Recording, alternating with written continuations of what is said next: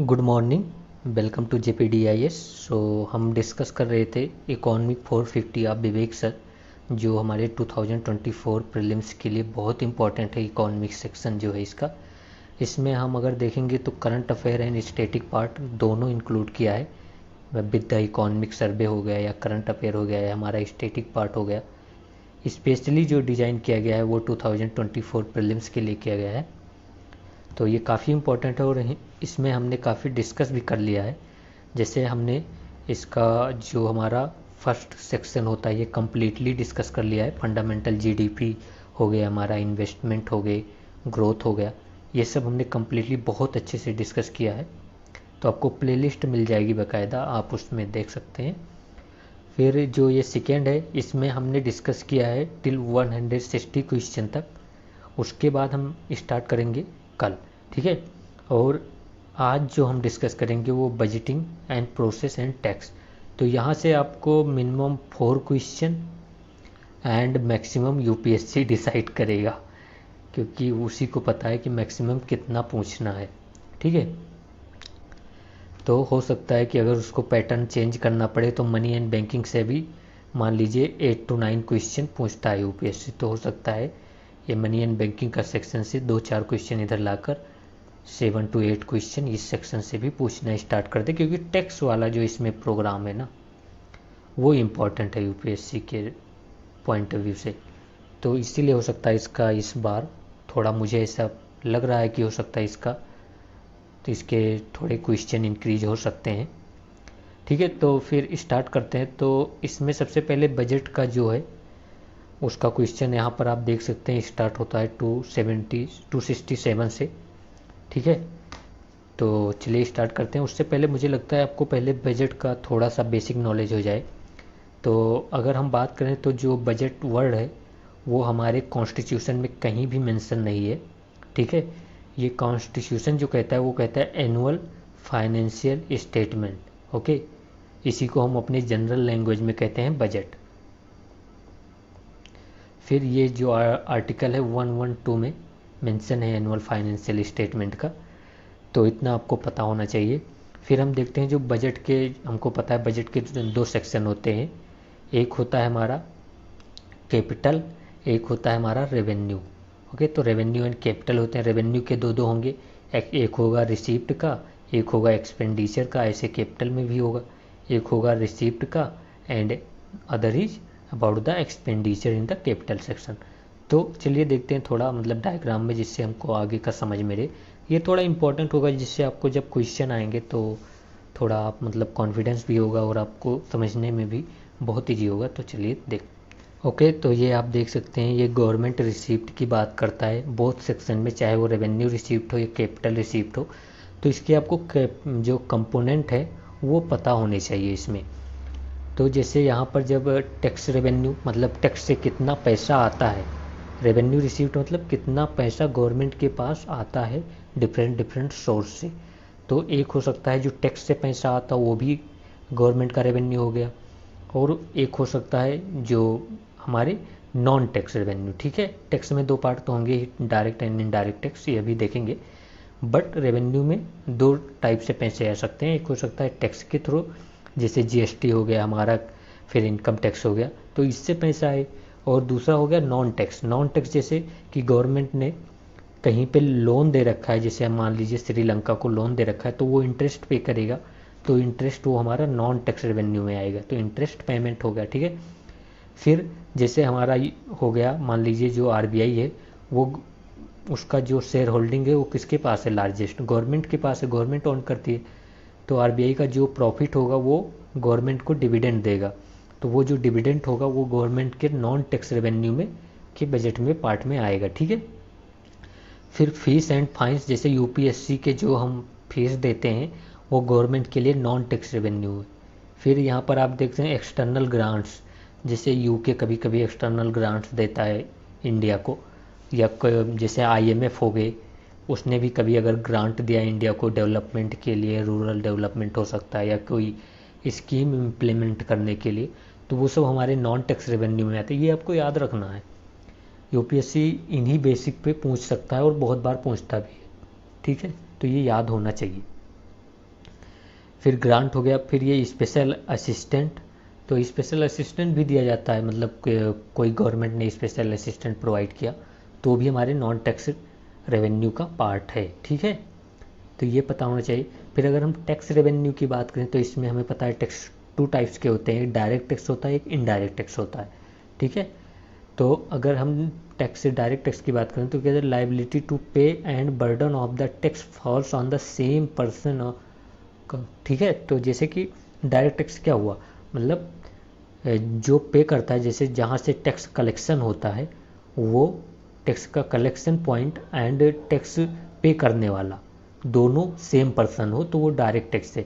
जैसे income tax हो गया, तो अगर मुझे मान लीजिए कि ए को इनकम टैक्स देना है, ठीक है, तो ये को अगर इनकम टैक्स पे करना है तो ये ही इनकम टैक्स पे करेगा खुद खुद जाकर ही, तो यहीं से ए से ही तो जो इनकम टैक्स डिपार्टमेंट होगा वो टैक्स लेगा, और जो बर्डन होगा टैक्स का वो ए पर ही पड़ेगा। लेकिन अगर हम इनडायरेक्ट टैक्स की बात करें, जैसे मान लीजिए बी को इनडायरेक्ट टैक्स पे करना है, तो इनडायरेक्ट टैक्स में क्या होता है, जैसे कि ये मान लीजिए बी कोई शॉपकीपर है, तो ये कोई प्रोडक्ट बेचेगा, तो जो टैक्स गया वो तो मतलब इनडायरेक्ट टैक्स जो गुड्स एंड सर्विस जैसे जीएसटी मानते हैं, पार्ले मान लीजिए यहाँ पर, तो जो हमारा टैक्स है वो तो कस्टमर पे कर रहा है, किसको, शॉपकीपर को, या फिर आप मान सकते हैं होलसेल जहाँ पर उठा, फिर शॉपकीपर से कौन, फिर हमारा गवर्नमेंट के पास जा रहा है इंडस्ट्री के थ्रू।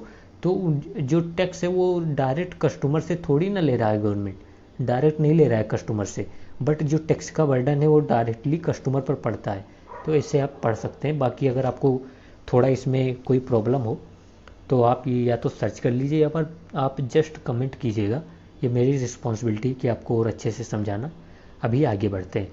तो टैक्स रेवेन्यू में हो गया हमारा, जैसे इनकम टैक्स हो गया, ये डायरेक्ट टैक्स रेवेन्यू में की बात कर रहे हैं। इनकम टैक्स हो गया हमारा, कारपोरेट टैक्स हो गया। इनकम टैक्स क्या होता है, जो पर्सन या इंडिविजुअल पर लगे, कारपोरेट टैक्स जो कंपनी पर लगता है, पता ही होगा। वेल्थ टैक्स हो गया, गिफ्ट टैक्स हो गया, स्टेट ड्यूटी हो गया, एक्सपेंडिचर टैक्स हो गया, ये सब हमारे इनकम मतलब डायरेक्ट टैक्स के एग्जाम्पल हैं। फिर इनडायरेक्ट टैक्स की बात करें तो सेल टैक्स हो गया, ठीक है, सेल्स टैक्स जो होते हैं वो इनडायरेक्ट होते हैं। कस्टम ड्यूटी मतलब जो इंपोर्ट एक्सपोर्ट पर लगता है, हमको पता है। एक्सरसाइज ड्यूटी जो हमारे मतलब पेट्रोल डीजल पर अभी भी लग रहा है, जीएसटी नहीं लगता पेट्रोल डीजल पे, ये पता होना चाहिए। इलेक्ट्रिसिटी पे भी जीएसटी नहीं लगता, लिक्कर पे भी जीएसटी नहीं लगता, समझ रहे हो। फिर अगर सर्विस टैक्स की बात करें तो इस पर भी हमें पता है इनडायरेक्ट टैक्स है। और इंटरटेनमेंट टैक्स ये जो इंटरटेनमेंट टैक्स है वो भी इनडायरेक्ट टैक्स की बात करता है। तो हमको पता है जो इंटरटेनमेंट टैक्स वगैरह ये हमारे जीएसटी में आ गए, बट आप जनरली याद रखिए।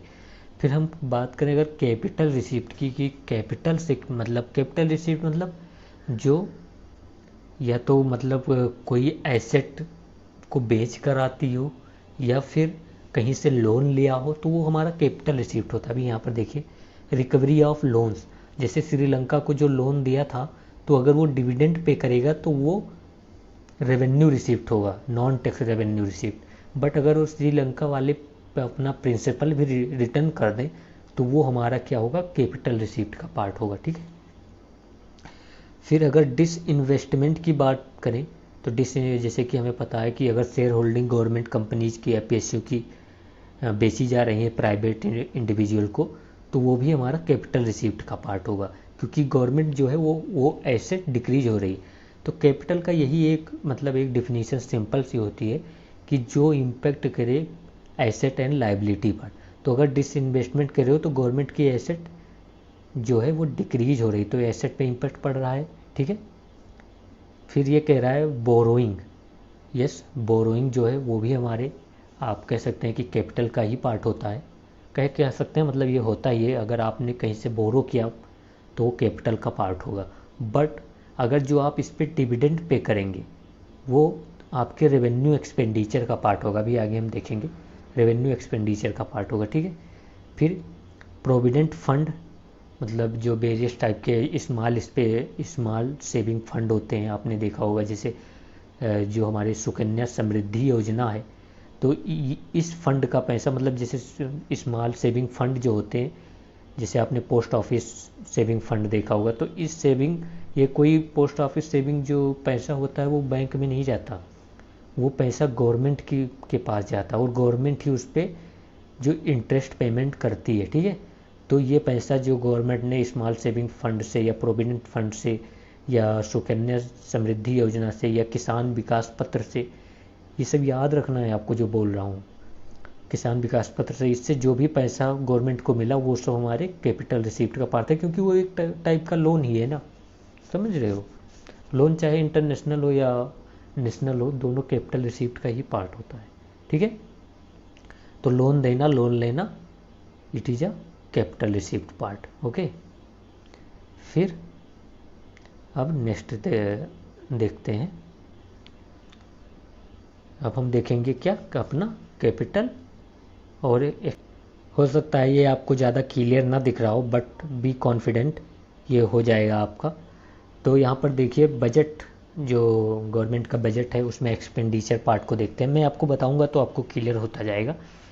तो यहाँ पर देखिए रेवेन्यू एक्सपेंडिचर, तो रेवेन्यू एक्सपेंडिचर के कितने कंपोनेंट हैं। हमने रेवेन्यू रिसिप्ट का देख लिया कि नॉन टैक्स रिसिप्ट होता है, टैक्स रिसिप्ट होता है। 1 मिनट प्लीज़, ओके। तो मैं ये बता रहा था आपको कि जैसे रेवेन्यू का जो रिसिप्ट पार्ट था, तो हमने वो देखा था कि नॉन टैक्स से जो रिसिप्ट आता है, टैक्स से रिसिप्ट। तो एक्सपेंडिचर की बात करें तो यहाँ पर आप देख लीजिए, जो कह रहा है कि रेवेन्यू एक्सपेंडिचर, और अगर एक्सपेंडिचर रेवेन्यू के टाइप की बात करें, जो रेवेन्यू में जो एक्सपेंडिचर होगा वो एसेट एंड लायबिलिटी पर इफेक्ट नहीं आएगा, जो रेवेन्यू का पार्ट होगा। ये केवल कैपिटल रिसीप्ट एंड कैपिटल का पार्ट होता है, जो एसेट एंड लायबिलिटी को पर इफेक्ट डालता है, ठीक है। तो यहाँ पर आप जैसे देख सकते हैं रेवेन्यू एक्सपेंडिचर क्या होगा, payment of interest, interest on what, जो गवर्नमेंट ने लोन ले रखा है, चाहे वो नेशनल में या इंटरनेशनल अब्रॉड से, तो उसका जो इंटरेस्ट पेमेंट करेगा वो हमारे रेवेन्यू एक्सपेंडिचर का पार्ट होगा। बट अगर गवर्नमेंट लोन पेमेंट कर देती है, यहाँ पर देखिए लोन पेमेंट कर देती है, तो हमारे कैपिटल एक्सपेंडिचर का पार्ट हो जाएगा, ठीक है। फिर अगर जैसे payment of salaries and pension, अगर सैलरी एंड पेंशन जो गवर्नमेंट पे करती है, आप जैसे गवर्नमेंट एम्प्लॉय बनेंगे तो सैलरी जो देगी वो भी रेवेन्यू एक्सपेंडिचर का पार्ट होता है। फिर ग्रांट एंड सब्सिडीज, जो सब्सिडीज देती है गवर्नमेंट, वो भी हमारे रेवेन्यू एक्सपेंडिचर का पार्ट है। ग्रांट मतलब यहाँ अदर किसी कंट्रीज को ग्रांट दे दिया या स्टेट को ग्रांट दे दिया, तो वो भी हमारे रेवेन्यू एक्सपेंडिचर का ही पार्ट होगा। फिर जो हेल्थ वगैरह पर जो गवर्नमेंट हेल्थ और एजुकेशन के सर्विसेज पे जो गवर्नमेंट इन्वेस्ट करती है, वो भी हमारे रेवेन्यू का पार्ट है, याद रखिएगा। और डिफेंस सर्विसेज पे जैसे आर्मी पर्सनल हो गए, इन सब पे, तो वो भी हमारे रेवेन्यू एक्सपेंडिचर का ही पार्ट होता है, ठीक है। कैपिटल एक्सपेंडिचर की बात करें तो मतलब वो ऐसा एक्सपेंडिचर जो एसेट एंड लायबिलिटी पर कोई इफेक्ट डालता हो, ठीक है, एसेट एंड लायबिलिटी पर जिसका इफेक्ट हो।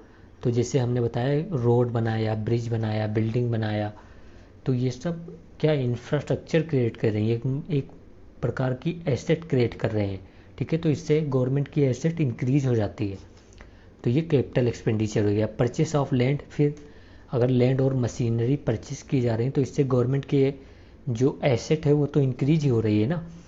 फिर इन्वेस्टमेंट इन शेयर, यस, अगर कोई शेयर में इन्वेस्टमेंट कर रहा है तो इससे भी गवर्नमेंट की जो एसेट है वो इंक्रीज हो रही है। फिर loan to state and foreign government, yes, अगर फॉरेन गवर्नमेंट को आपने लोन दिया या स्टेट को लोन दिया तो वो भी आपकी जो एसेट, मतलब वो एसेट के अंडर आता है, बट और लोन रिपेमेंट भी एसेट के अंदर आता है। तो इतना आप मतलब थोड़ा ध्यान में रखिएगा, तो इसके बाद आपको हमको सॉल्व करने में बहुत इजी होगा, ओके। तो चलिए अब हम क्वेश्चन पर चलते हैं, आई होप आप बोर नहीं हो गए होंगे। तो स्टार्ट करते हैं अब क्वेश्चन। तो हमारा 267 से जो है हमारा वो क्वेश्चन स्टार्ट होता है बजट एंड टैक्स का। तो हम 267 से देखते हैं, और थोड़ा पेशेंस बनाए रखिएगा, बहुत आराम से हम आज पढ़ेंगे। अगर आपको स्पीड इंक्रीज करनी है तो आप वहाँ पर यूट्यूब से इंक्रीज कर सकते हैं स्पीड, ठीक है। तो मैं आराम से ही बोलूँगा, ज़्यादा फास्ट नहीं बोलूँगा, माइक भी ज़्यादा ठीक नहीं है, तो फास्ट बोलने से या फिर थोड़ा वैसा करने से आवाज़ जो होती है वो ठीक से नहीं आती, ठीक है। तो चलिए अब स्टार्ट करते हैं। ये कह रहा है कि which of the following figures are presented as a part of the budget presentation in the parliament। ये कह रहा है कि जब बजट को प्रेजेंट किया जाता है पार्लियामेंट में तो कौन कौन से डॉक्यूमेंट प्रेजेंट किए जाते हैं। हिंदी जो मीडियम के स्टूडेंट हैं उनको मैं ट्राई कर रहा हूँ कि कुछ समझ में आए, ठीक है। बाकी तो ये हिंदी मीडियम में शायद नहीं है, अगर हो तो आप डाउनलोड कीजिएगा सर के साइट से।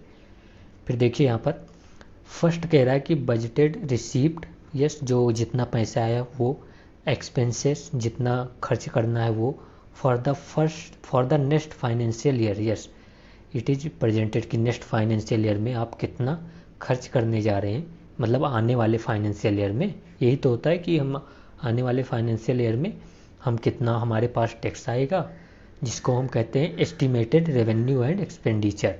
तो ये हम प्रेजेंट करता है, मतलब जो हमारे फाइनेंस मिनिस्टर हैं वो ये प्रेजेंट करते हैं, आप ये समझ लीजिए।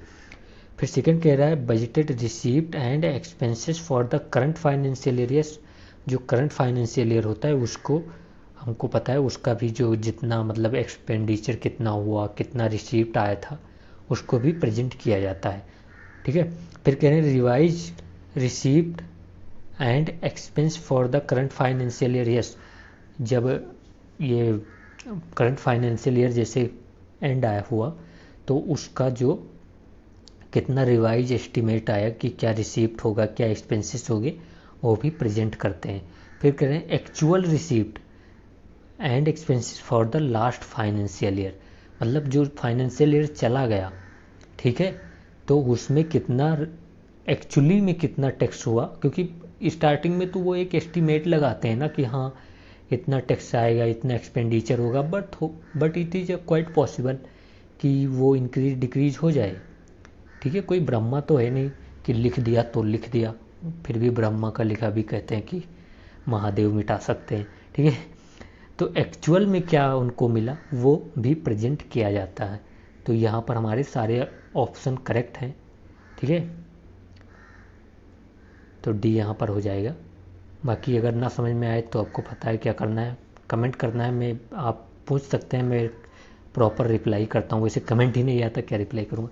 फिर यहाँ देखिए supplementary demand is presented before the end of the financial year, okay, to which it relate for any additional expenditure, okay. तो ये कह रहा है कि जो सप्लीमेंट्री डिमांड होता है वो प्रेजेंट किया जाता है जब फाइनेंशियल ईयर एंड होने वाला होता है, okay, to which it relate for additional expenditure. Yes, ये करेक्ट है हमारा बिल्कुल। सप्लीमेंट्री डिमांड मतलब जैसे मान लीजिए कोई स्कीम के लिए 10,000 रुपये दिए गए, ठीक है, तो 10,000 रुपये में क्या हुआ कि जो 10,000 पैसे देंगे वो कम पड़ गया, तो अब वो सप्लीमेंट्री डिमांड लेकर आएंगे कि 2,000 और दे दो, तो ये स्कीम ठीक से जितना हमारा टारगेट है वैसे इम्प्लीमेंट हो जाएगी। तो ये सप्लीमेंट्री ग्रांट है, ठीक है। तो सप्लीमेंट्री डिमांड है, सॉरी ग्रांट नहीं। तो सप्लीमेंट्री डिमांड ये होता है कि एक्स्ट्रा मनी उनको चाहिए, सिंपल सा, इसी में याद रखो, बुकेस में तो थोड़ा हार्ड हो जाएगा। फिर कह रहे हैं कि demand for excess grant is presented once the expenditure has been done and the financial year to which it relate has a past. Yes, जो एक्सेस ग्रांट की बात क्या मतलब कि आपको 10,000 रुपये ही अलोकेट किया गया था कि आप खर्च कर सकते हैं प्रधानमंत्री कृषि सिंचाई योजना में, ठीक है, बट क्या हुआ कि इम्प्लीमेंट करते करते हो गया 12,000 रुपीज़, मतलब एक्सेस मतलब हो गया, जो एक्सपेंडिचर था वो एक्सेस हो गया। तो अब क्या होगा कि पार्लियामेंट में एक्सेस ग्रांट के लिए प्रेजेंट किया जाएगा, ठीक है, जो ऑलरेडी खर्च हो चुका है उसके लिए पैसा के लिए उसको पास कराना पड़ेगा इस डिमांड को। तो यहाँ पर 1 and 2 बोथ आर करेक्ट, ठीक है, ओके। तो नेक्स्ट देखते हैं। और एक बात ये एक्स्ट्रा याद रखना, जो डिमांड फॉर एक्सेस ग्रांट जो होता है ये हमारा कहाँ से इनकर्ड होगा, ये हमारे पब्लिक अकाउंट से निकाला जाता है। मतलब बीच में अगर जैसे पैसा 10,000 तो अलोकेट किया था प्रधानमंत्री कृषि सिंचाई योजना के लिए, बट अगर कम पड़ा तो अगर वो कंसोलिडेटेड फंड ऑफ इंडिया से जाते हैं तो उनको पार्लियामेंट्री अप्रूवल चाहिए, बट जो पब्लिक अकाउंट है यहाँ से पार्लियामेंट्री अप्रूवल नहीं चाहिए होता है। ठीक है। तो यहाँ से जो होगा वो पैसा वो मतलब एक्सपेंड कर देते हैं, तो यही करता है। और इसको जो एक्सेस ग्रांट है उसको कौन अप्रूव करता है, तो पार्लियामेंट्री, हमको पता है जो पार्लियामेंट्री अकाउंटिंग कमेटी होती है वो करती है। ठीक है, तो ये आपको पता होना चाहिए। ठीक है, ठीक है। ये मतलब थोड़ा फैक्ट है, पूछने का बहुत ही चांसेस कम है इन सब का, बट अगर है इसमें तो देख ही लेते हैं। फिर 269 देखिए, यहाँ पे कह रहा है consider the following statements regarding presentation of budget in the parliament. ठीक है, ये कह रहा है कि financial bill is introduce on the very first day when the finance minister represent budget in the parliament.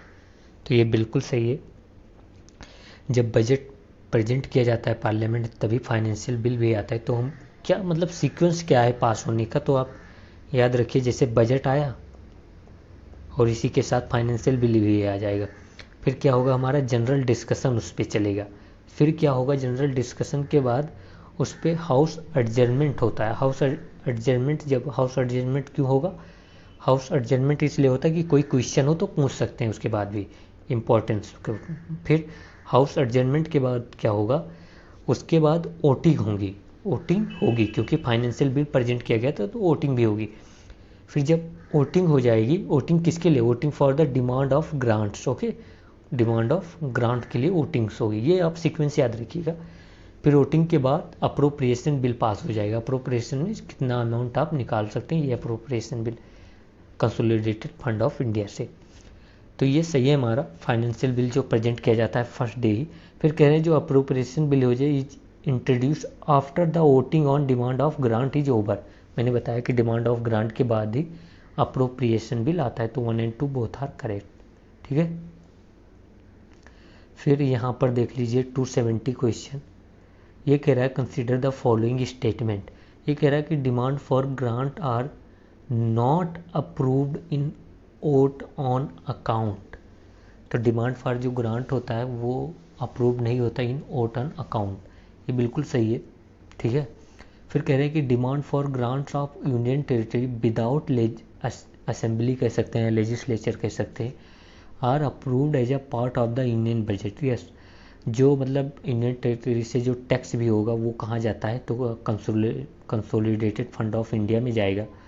और जो यूनियन टेरिटरी का जो डिमांड फॉर ग्रांट होंगे वो यहाँ से मतलब यूनियन बजट से ही अप्रूव किया जाता है। तो आप कह सकते हैं कि जो हमारे यूनियन टेरिटरी है इनका पूरा फिजिकल जो बजट है या बजट का पार्ट जो है वो यूनियन गवर्नमेंट ही देखता है। तो 1 and 2 बोथ आर करेक्ट।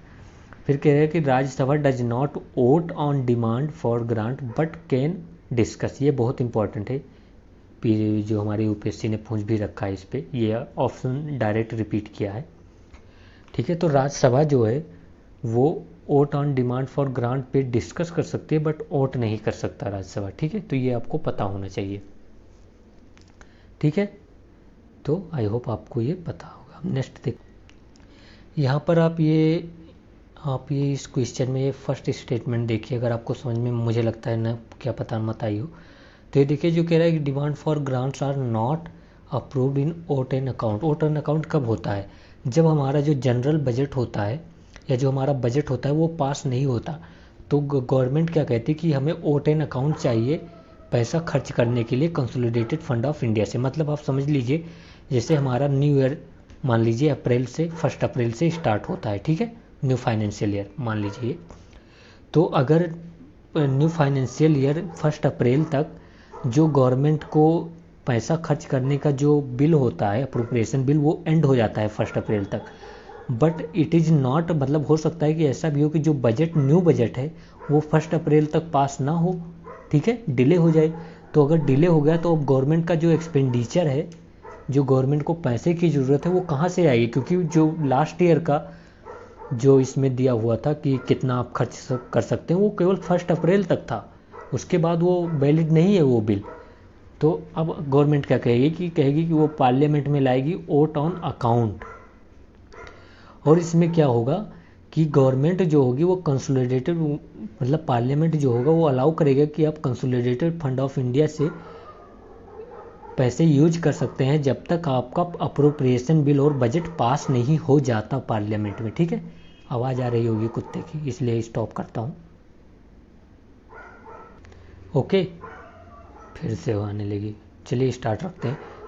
फिर तो O10 अकाउंट इसीलिए पड़ता है कि जब गवर्नमेंट को पैसे की ज़रूरत पड़ती है बजट ना पास होने की सिचुएशन में, तो O10 अकाउंट होगा तो पार्लियामेंट अलाउ कर देगा कि आप कंसोलिडेटेड फंड ऑफ इंडिया से फंड यूज कर सकते हैं अपने डेली टू डे बिजनेस के लिए गवर्नमेंट ऑफ इंडिया को। बट आप ऐसा सोचिए कि बट ये एक डिफरेंस होता है कि जब डिमांड ऑफ ग्रांट जो होते हैं वो नहीं, डिमांड ऑफ ग्रांट मतलब कि डिफरेंट मिनिस्ट्रीज को कितने पैसे दिए गए। एग्रीकल्चर मिनिस्ट्री को 10 रुपये, फिर हो सकता है कि जो डिफेंस मिनिस्ट्री है उसको 5 रुपये दिए गए। तो ये सब जो है जो डिमांड ऑफ ग्रांट है डिफरेंट डिपार्टमेंट और मिनिस्ट्रीज को, ये O10 अकाउंट में नहीं इंक्लूड किया जाता। O10 अकाउंट बिल्कुल सिंपल होता है कि हाँ भाई आप पैसा यूज कर सकते हैं कंसोलिडेटेड फंड ऑफ इंडिया से, उसमें ऐसे स्पेसिफिक नहीं होता। तो ये वही कह रहा है कि demand for grants are not approved in O10 account. Yes, जब O10 अकाउंट होता है तो ये नहीं कहा जाता कि आप कितना मिनिस्ट्री के लिए कितना पैसा ले सकते हैं, वहाँ सिर्फ इतना होता है कि आप पैसा निकाल सकते हैं। तो अब हम समझ में आ गया होगा आपको शायद। तो यहाँ पर हमारा क्या होगा, all of the above are correct. ठीक है, फिर 271 क्वेश्चन देखते हैं। इसमें क्या कह रहा है ये देखिए कि which of the following department prepare outcome budget, prepares outcome budget. पहले आप ये समझिए आउटकम बजट होता क्या। आउटकम बजट मतलब जो बजट का जो मनी है आप कह सकते हैं, या ऐसा बजट जो आउटकम पर डिपेंड करता है। आउटकम मतलब कितना वो परफॉर्मेंस पे डिपेंड हो, उसको हम आउटकम बजट कहते हैं। तो ये कहता है कि कौन सा डिपार्टमेंट है जो आउटकम बजट को या परफॉर्मेंस बेस्ड बजट को प्रिपेयर करता है। तो आप ये याद रखिएगा, जो पब्लिक फाइनेंस डिवीज़न है under the department of expenditure, जो डिफरेंट मिनिस्ट्री को फाइनेंस डिवीज़न देता है, ये हमारा आउटकम बजट प्रिपेयर करता है। तो public finance division under the department of expenditure under the ministry of finance. इसके साथ नीति आयोग भी होता है, ये आप याद रखेंगे। तो NITI Aayog plus public finance जो डिपार्टमेंट है ये आउटकम बजट मतलब परफॉर्मेंस बजट प्रिपेयर करता है। परफॉर्मेंस मतलब जैसे आप मान लीजिए, फिर से मैं बता दूं आपको, परफॉर्मेंस मतलब मान लीजिए कि अगर किसी मिनिस्ट्री को, जैसे यहाँ पर मानिए कि एग्रीकल्चर मिनिस्ट्री को दिया गया कि आप 10,000 रुपये ले लीजिए, बट आप कम से कम 5 रोड बनाएंगे मतलब रूरल एरियाज में। तो 5 रोड ऑल वेदर रोड बनाया कि नहीं बनाया, तो इसी आउटकम पर डिपेंड है कि आपका आउटकम इतना 5 जो सड़कें हैं वो होनी चाहिए। तो ये आउटकम पर पैसा दिया गया है। तो यही आप समझ लीजिए बस। ओके, ज़्यादा डीप में मत जाइए, समुंदर है, खो जाएंगे। ठीक है, फिर यहाँ पर देखिए 272 नंबर क्वेश्चन का, उसमें कह रहा है which of the following statement is not true regarding outcome budget. फिर ये कहा गया कि आउटकम बजट के रिगार्डिंग कौन सा स्टेटमेंट नहीं सही है। हमने देख लिया है बेसिक तो आउटकम बजट का। फिर यहाँ देख रहे ये कह रहा है कि it is not presented in the parliament. तो कहाँ प्रेजेंट किया जाएगा, अगर मान लीजिए वो पार्लियामेंट में, ये कह रहे हैं नॉट ट्रू, यहाँ पर पूछा जाए देखिए not true regarding outcome budget, जो सही नहीं है। तो यही सही नहीं है हमारा। ठीक है, तो ये आप याद रखेंगे कि ये जो कह रहा है not present in the parliament, तो ये सही नहीं है। ये पार्लियामेंट में ही प्रेजेंट किया जाएगा, और कहाँ प्रेजेंट करेंगे भाई, पार्लियामेंट में नहीं। तो ये हमारा आंसर हो जाएगा। तो नॉट ट्रू मतलब ये रियलिटी में तो ये गलत ही होगा, बाकी सारे ऑप्शन सही हैं इसका मतलब। तो हम देख लेते हैं। कह रहा है it measures development outcome of government programs. वही तो बताया था कि कितना किसी स्कीम में कितना आउटकम आया, कितना पैसा गया, कितना आउटकम आया, यही मेजर करता है। It helps in better service delivery. बिल्कुल, जब आउटकम पर डिपेंड होगा तो बेटर सर्विस होगी। फिर कह रहे हैं इट रिड्यूस अननेसेसरी एक्सपेंसेस। बिल्कुल, अननेसेसरी जो एक्सपेंसेस है वो कम हो जाएंगे। तो ये तीनों हमारे सही हैं। नॉट ट्रू पूछा था तो यही नॉट ट्रू है। ठीक है, फिर 273 नंबर क्वेश्चन देखिए। यहाँ पर ये कह रहे हैं जो सरप्लस रिजर्व ऑफ आरबीआई जो होता है वो transfer to the government of India will come under which of the following. तो आप ऐसा समझ लीजिए कि जैसे RBI surplus first of all क्यों ट्रांसफ़र करेगी, तो ये आप समझ लीजिए आरबीआई एक्ट में मेंशन है कि जो आरबीआई को ओन करेगा, ओन मतलब जिसके पास सबसे ज़्यादा शेयर होगा आरबीआई का, या जिसके पास शेयर होगा आरबीआई उसको डिविडेंड देगी। डिविडेंड मतलब जो प्रॉफिट है उसका कुछ परसेंटेज। तो आरबीआई को कौन ऑन करता है? Government of India. तो अगर गवर्नमेंट ऑफ इंडिया के पास 100% शेयर हैं आरबीआई के, तो RBI has to pay the dividend to the government of India, तो इसीलिए वो करेगा। ये आरबीआई एक्ट में मेंशन है। एक बार पूछा था यूपीएससी ने कि एक कॉन्स्टिट्यूशन में मेंशन है, तो नहीं, कॉन्स्टिट्यूशन में हर बातें मेंशन नहीं है, ठीक है। तो आप ये याद रखेंगे कि ये जो पार्ट होता है डिविडेंड, जो कोई भी मतलब पीएसयू जो गवर्नमेंट को डिविडेंड देती है, वो नॉन टैक्स रेवेन्यू का हमने देखा था रिसीप्ट का पार्ट होता है। तो ये रेवेन्यू रिसीप्ट का पार्ट है पहली बार, क्योंकि ये एसेट एंड लायबिलिटी पर कोई इफेक्ट नहीं डालता, एंड ये नॉन टैक्स है क्योंकि टैक्स से तो आया हुआ पैसा ये नहीं है, ठीक है। ये इम्पॉर्टेंट था क्वेश्चन, ये आप देख लीजिएगा फिर से।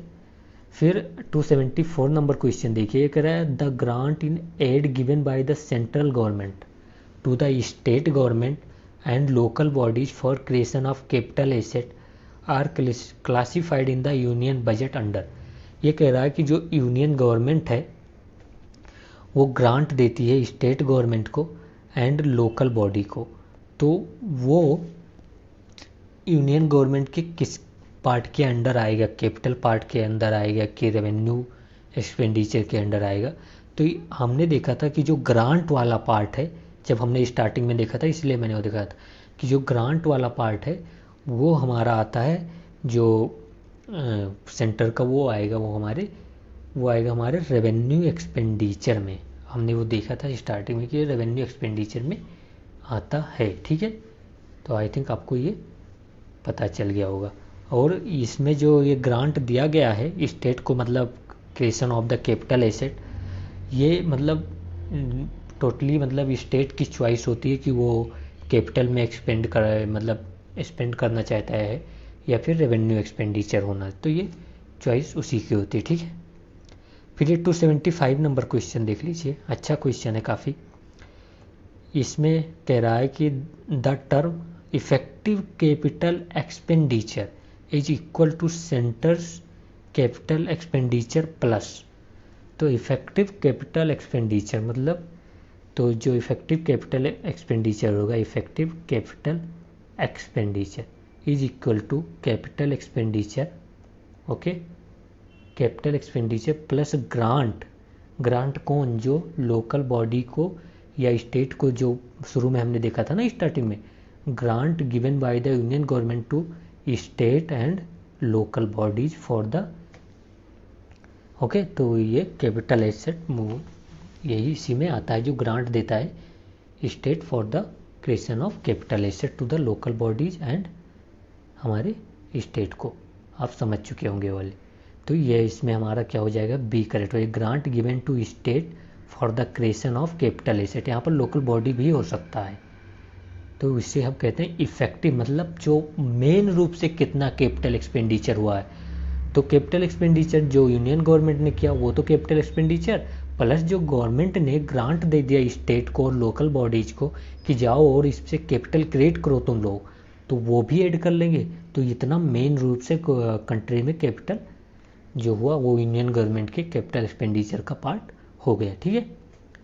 फिर बाकी आप ये देख लीजिए, एक आप खुद बताएंगे, मैं ये पक्का नहीं बताने वाला, आप बताएंगे इफेक्टिव रेवेन्यू डेफिसिट, ERD आप बताएंगे क्या होता है, ठीक है। तो आप बताएंगे इफेक्टिव रेवेन्यू डेफिसिट क्या है। सिंपल है, इसी कॉन्सेप्ट से रिलेटेड है। अगर मुझे नहीं बताऊंगा, सोच रहा था बता दूं लेकिन नहीं बताऊंगा, आप खुद सर्च करेंगे। फिर 276 नंबर क्वेश्चन है, which of the following are non tax revenue received. मैंने इसीलिए पहले बताया था, अब government of India non tax revenue received मतलब जो टैक्स से पैसा नहीं आता हो। तो हमको पता है टैक्स से पैसा जो लोन दिया गया उससे जो पैसा आएगा वो टैक्स का नहीं है। अभी हम देखते हैं, एक है स्पेक्ट्रम ऑफ ऑक्शन, मतलब किसी चीज़ का ऑक्शन किया गया, जैसे मान लीजिए कि ऑक्शन किया गया समथिंग लाइक दैट, कि हो सकता है कि कोई चीज़ लीज पर दी गई हो, जैसे हम कोल माइनिंग लीज पे दी जाती है, ठीक है, या फिर एयर इंडिया कोई लीज पर ऐसा दिया गया हो, तो उसको कहते हैं ऑक्शन। इसमें स्पेक्ट्रम ऑक्शन की यही बात है। तो इसमें कोई चीज़ सोल्ड आउट नहीं किया गया है कि उसको कम्प्लीटली सोल्ड कर दिया गया है, बेच दिया गया है, नहीं, इसको लीज पर दिया गया और लीज पर देने पर उसको इंटरेस्ट मिलेगा गवर्नमेंट को, ठीक है। तो वो जो गवर्नमेंट का जो इंटरेस्ट मिलेगा, मतलब जो लीज पर लेगा प्राइवेट सेक्टर, वो गवर्नमेंट को पे करेगा कुछ, ठीक है। तो वो जो गवर्नमेंट को जो इससे पैसा आएगा वो हमारा होता है रेवेन्यू रिसीप्ट, जो कि नॉन टैक्स से आया हुआ होता है, ठीक है। तो फर्स्ट हमारा सही है। सेकेंड कह रहे हैं revenue of Indian railway.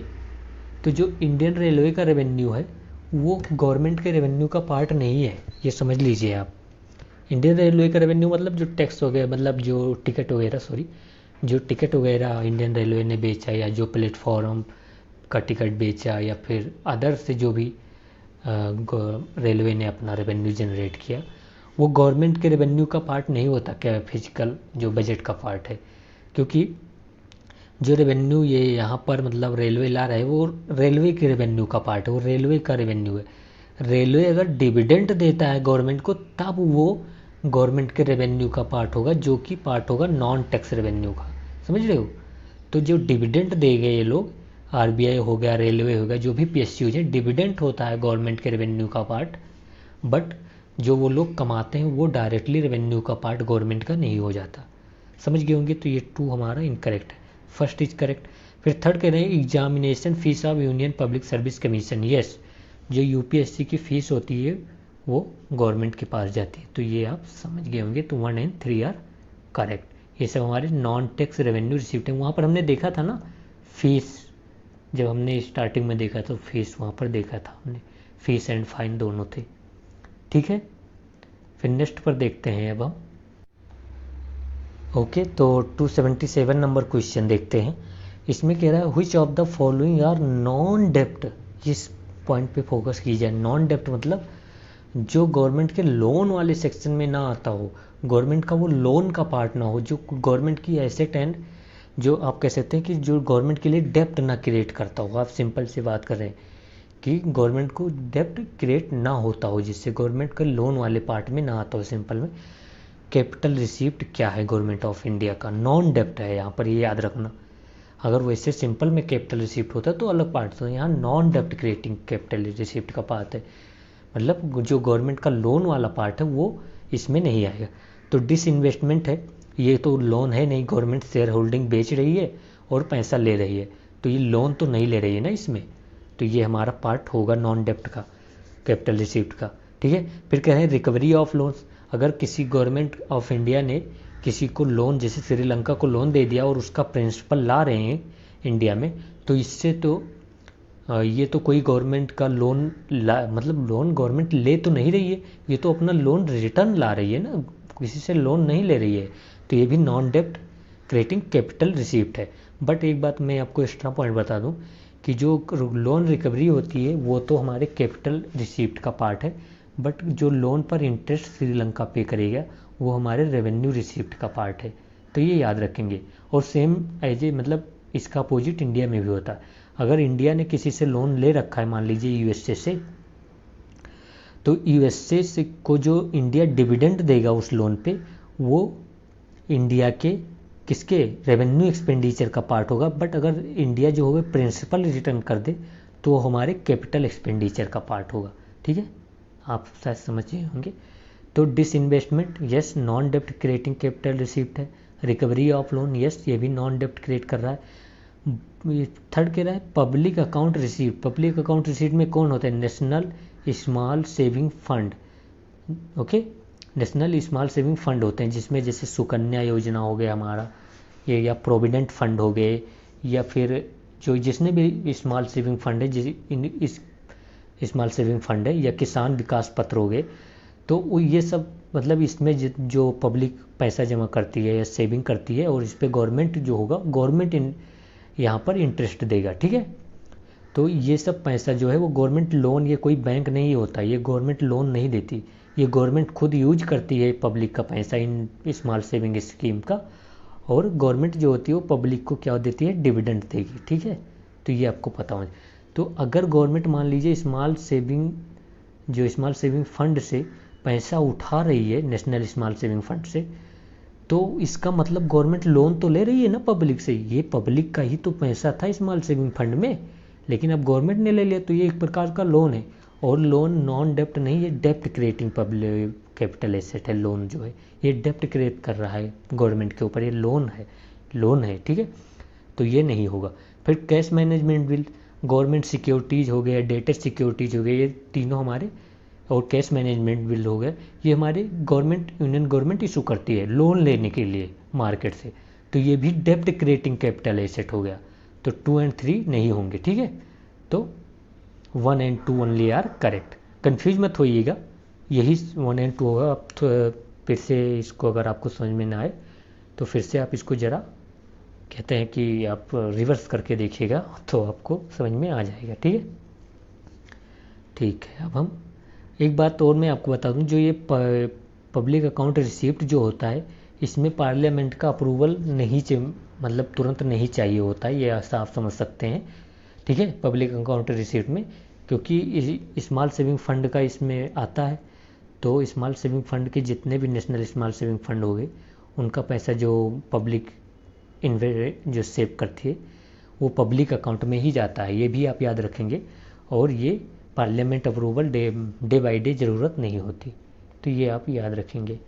But ये लोन का पार्ट होता है, नॉन डेप्ट नहीं, ये डेप्ट पार्ट होता है गवर्नमेंट ऑफ इंडिया में।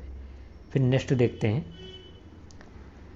ठीक है। ये 278 नंबर क्वेश्चन इसमें कह रहा है कि which of the following are part of capital budget of government of India. Capital part पूछा है इसमें, ठीक है। कैपिटल बजट मतलब चाहे वो कैपिटल रिसीप्ट का हो या एक्सपेंडिचर, दोनों। तो यहाँ पर आप देखिए कह रहा है कि proceed received in the public account of India. अभी हमने देखा जो पीएससी था, पब्लिक अकाउंट ऑफ इंडिया, जो स्मॉल सेविंग फंड जो पब्लिक के होते हैं उसका फंड होता है, ये उसका फंड जो होता है इसी में आता है पब्लिक अकाउंट में। तो ये एक प्रकार का लोन है, और लोन हमारा पता है कैपिटल का पार्ट होता है, ठीक है। तो फर्स्ट होगा। फिर सेकंड कह रहा है कि पीएसयू जो है परचेसिंग कैपिटल इक्विपमेंट। भाई पीएसयू क्या परचेस कर रहे हैं, क्या सेल कर रहे हैं, ये गवर्नमेंट ऑफ इंडिया के उसमें कैपिटल में नहीं शो करेगा, ठीक है। तो ये नहीं होगा। पीएसयू जो है, जैसे वो हमने इससे पहले क्या देखा था कि जो हमारा रेलवे है वो कितना अर्न कर रहा है, वो गवर्नमेंट ऑफ इंडिया का रेवेन्यू नहीं है, वो रेलवे का रेवेन्यू है। अब जो रेलवे गवर्नमेंट को डिविडेंड देगा वो गवर्नमेंट ऑफ इंडिया का रेवेन्यू का पार्ट है, ऐसा आप समझिए। तो यहाँ पर जो कैपिटल एक्सपेंडिचर हो रहा है पीएसयू का, वो गवर्नमेंट ऑफ इंडिया का कैपिटल एक्सपेंडिचर नहीं है, वो उस पीएसयू का है भाई, ऐसा समझ के रखिए आप, ठीक है। तो 1 इज करेक्ट, 2 इज रॉन्ग। फिर कह रहा है establishment of India post payment banks. तो ये याद रखिए, जो इंडिया पोस्ट पेमेंट बैंक है वो गवर्नमेंट ऑफ इंडिया ऑन करती है, और उसका शेयर भी गवर्नमेंट ऑफ इंडिया के पास है। और अगर कोई भी bank government of India establish करती है तो कैपिटल का ही पार्ट होगा गवर्नमेंट ऑफ इंडिया की। तो ये सही है हमारा। तो 1 और 3 आर करेक्ट, ठीक है। तो सी करेक्ट हो गया। फिर 279 नंबर क्वेश्चन देखिए, यहाँ पर ये कह रहे हैं कि which of the following is are included in the capital budget. Same thing, capital budget of the government of India. फिर से देखते हैं, ये ऐसे ही क्वेश्चन भी पूछता है यूपीएससी, ये सेक्शन इंपॉर्टेंट है, ऐसा ही क्वेश्चन पूछता है, ज़्यादा तो आपको टेंशन लेने की जरूरत नहीं। ये कह रहा है कि expenditure on acquisition of the asset like road, buildings, machinery, ये सब हमको पता है कैपिटल एक्सपेंडिचर का पार्ट होता है। फिर कह रहे हैं loan received from foreign government. जो लोन आया फॉरेन गवर्नमेंट से, वो हमको पता है कि जो लोन आता है वो हमारे कैपिटल रिसिप्ट का पार्ट होता है बजट के, तो ये भी हो जाएगा। फिर कह रहे हैं कि loan and advances granted to the state and union territories. तो ये पता है कि लोन एंड एडवांस जो यूनियन गवर्नमेंट हमारे स्टेट गवर्नमेंट को या यूनियन टेरिटरी को देगा, वो हमारे कैपिटल एक्सपेंडिचर का पार्ट हो जाएगा, तो ये भी कैपिटल बजट में आ जाएगा। तो 1 और 2, 3 आर मतलब तीनों इसमें सही थे। बहुत अच्छा क्वेश्चन था, मतलब सिंपल था, बट एक मतलब आपका कॉन्सेप्ट क्लियर करने वाला क्वेश्चन था ये। फिर 280 देखिए, इसमें कह रहा है which of the following are part of the capital budget of government of India. Capital budget same पूछा, तो आपको पता होना चाहिए। कैपिटल में जब पूछे तो मतलब रेवेन्यू, कैपिटल जो रिसीप्ट हो गया, और कैपिटल जो एक्सपेंडिचर हो गया, दोनों बोल रहा है, ये याद रखिएगा आप। फिर यहाँ कह रहा है issuance of sovereign gold bonds. अगर गवर्नमेंट बॉन्ड्स इशू करके कर्जा ले रही है तो ये तो कैपिटल का ही पार्ट हुआ ना, कर्जा लेना कर्जा देना दोनों कैपिटल का पार्ट है। फिर रिसीव्ड फ्रॉम गोल्ड मोनेटाइजेशन, तो एक गोल्ड मोनेटाइजेशन स्कीम है, ये आप समझ लीजिए। तो जैसे कि इसमें क्या होता है, जैसे आपके पास ये कोई पी है, इसके पास 10 केजी गोल्ड है, 10 केजी क्या है, गोल्ड है इसके पास, ठीक है। तो गवर्नमेंट क्या कहेगी कि आपके पास जो 10 केजी गोल्ड है वो लाकर मुझे दे दीजिए, ठीक है। ये गोल्ड मोनेटाइजेशन स्कीम है। तो इसके अंडर कहेगी गवर्नमेंट 10 केजी गोल्ड मुझे दे दीजिए, हम आपको इस पे इंटरेस्ट पे करेंगे, और जब आप चाहेंगे तो ये आप गोल्ड ले सकते हैं, या फिर आप इस गोल्ड के बराबर जो मार्केट वैल्यू होगी उस टाइम पे फ्यूचर में, उस पर आप पैसा ले सकते हैं, ठीक है। मतलब उतना पैसा ले सकते हैं। और गवर्नमेंट कहोगे कि इस गोल्ड को गवर्नमेंट क्या करेगी, खुद पहनेगी, नहीं तो खुद नहीं पहनेगी। हमें पता है कि हमारा इंडिया जो है वो गोल्ड लवर है, मतलब बहुत ज़्यादा गोल्ड हम इंपोर्ट करते हैं, इससे हमारे जो डेफिसिट होता है, करंट अकाउंट डेफिसिट, वो इंक्रीज होता है। तो क्या ऐसे में हम डोमेस्टिक गोल्ड है वो यूज कर सकते हैं और इंपोर्ट डिक्रीज कर सकते हैं। तो गवर्नमेंट ये गोल्ड ले जाकर तो क्या करेगी, तो जो लड़कियों के कितने गहने होते हैं वो बनवाए जाएंगे सॉरी, तो आप ये कह सकते हो कि तो ये गोल्ड यूज किया जाएगा जो डोमेस्टिक डिमांड है उसमें, ठीक है। तो ये आप समझ चुके हैं। तो ये एक प्रकार से आप कह सकते हैं कि जो गोल्ड मोनेटाइजेशन स्कीम है ये हमारे कैपिटल बजट का ही पार्ट है, क्योंकि गवर्नमेंट जो है वो गोल्ड जो है वो ला रही है, वो एक प्रकार से एसेट बाय कर रही है, और एसेट इंक्रीज होता है तो कैपिटल में ही आता है एसेट एंड लायबिलिटी। फिर कहें इश्यूएंस ऑफ ग्रीन बॉन्ड, कोई भी बॉन्ड इशू हो, लोन ले रहे हो भाई, लोन जब उठा रहे हो तो वो कैपिटल का ही पार्ट होगा। तो 1, 2 and 3 all are the part. फिर 281 देखिए, इसमें कह रहा है which of the following are revenue receipt. यहाँ पर रेवेन्यू रिसीप्ट की बात कर रहे हैं of the central government budget. Revenue मतलब जो रेवेन्यू का पार्ट है, जैसे रेवेन्यू का 2 पार्ट होता है, टैक्स रेवेन्यू हमने देखा था एंड नॉन टैक्स, दोनों याद रखना, नॉन टैक्स रेवेन्यू, इन दोनों को इंक्लूड करके पूछा है ये। तो हम देखते हैं यहाँ पर देखिए रेवेन्यू रिसीप्ट में पहले में बोल RBI paying dividend to government of India. Yes, वो तो रेवेन्यू का ही पार्ट होता है ना, जो आरबीआई डिविडेंड पे करती है गवर्नमेंट ऑफ इंडिया को, वो गवर्नमेंट ऑफ इंडिया के रेवेन्यू का पार्ट होता है। और मोर स्पेसिफिकली आप कह सकते हैं कि नॉन टैक्स रेवेन्यू होता है।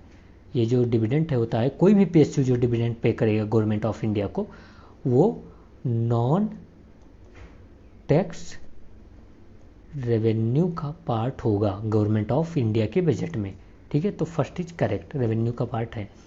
फिर क्या है, PSU paying dividend to government of India, same है, पीएसयू वही है ना, तो ये भी होगा। फिर थर्ड क्या है, पीएसयू अर्निंग्स, भाई पीएसयू अर्न करे, एक्सपेंडिचर करे, वो गवर्नमेंट ऑफ इंडिया के उसका पार्ट नहीं होता। ये आप मैं कितनी बार आपको बता चुका हूँ पहले से ही, तो ये नहीं होगा। पीएसयू जो अर्न कर रहा है वो गवर्नमेंट ऑफ इंडिया के रिसिप्ट का पार्ट नहीं होगा, क्योंकि जो पीएसयू अर्न कर रहा है वो थोड़ी ना गवर्नमेंट ऑफ इंडिया के पास डायरेक्ट जा रहा है, उसमें वो अपने एम्प्लॉय हैं उनको सैलरी देगा, फिर ये खुद अपने लिए कुछ इंफ्रास्ट्रक्चर क्रिएट करेगा। तो इससे जो फिर उसके बाद जो कुछ बेनिफिट होगा, जो प्रॉफिट होगा, उसका कुछ पार्ट गवर्नमेंट ऑफ इंडिया को शेयर करेगा, और वो जो होगा वो गवर्नमेंट ऑफ इंडिया का रिसिप्ट होगा, क्योंकि गवर्नमेंट को उतना ही मिला ना भाई। मतलब यहाँ पर कॉन्सेप्ट है, वैसे डायरेक्ट नहीं है, एक कॉन्सेप्ट है एक, मतलब अगर आप डीपली सोचेंगे तो पीएसयू अर्निंग नहीं होगा। फिर कहते हैं proceed from sale of government land, भाई ये तो कैपिटल का पार्ट हो गया ना, यहाँ पर एसेट डिक्रीज हो रही है गवर्नमेंट की, और जब का जहाँ पर एसेट एंड लाइबिलिटी की बात आ जाती है वो कैपिटल का पार्ट होता है। तो गवर्नमेंट अगर लैंड सेल कर रही है तो वो कैपिटल का पार्ट होगा। तो यहाँ रेवेन्यू रिसिप्ट ये 3 और 4 नहीं है, 1 और 2 है, तो सॉरी यहाँ पर 1 और 2 हो जाएगा बी। फिर 282 देखते हैं, कह रहा है कंसीडर द फॉलोइंग स्टेटमेंट्स, ठीक है। इसमें ये कह रहे हैं कि सेंट्रल गवर्नमेंट रेवेन्यू जो कि टैक्स एंड नॉन टैक्स दोनों से आता है, कलेक्शन होता है, is a more than all state and union territory combined revenue collection. तो ये बिल्कुल सही है। Central government around 60% of revenue जो होता है वो कलेक्ट करती है इंडिया का। ये से समझ सकते हैं, अराउंड है मैं बता रहा हूँ। तो सेंट्रल गवर्नमेंट का जो रेवेन्यू है वो सभी स्टेट गवर्नमेंट को भी मिला ले तब भी सेंट्रल गवर्नमेंट का रेवेन्यू ज़्यादा ही होता है। इसीलिए तो कहते हैं कि जो 41% के अराउंड फाइनेंस कमीशन जो होता है वो कहता है सेंट्रल गवर्नमेंट से कि स्टेट को दिया जाए। हमको आप पता होगा आपको, ठीक है। तो फर्स्ट इज करेक्ट।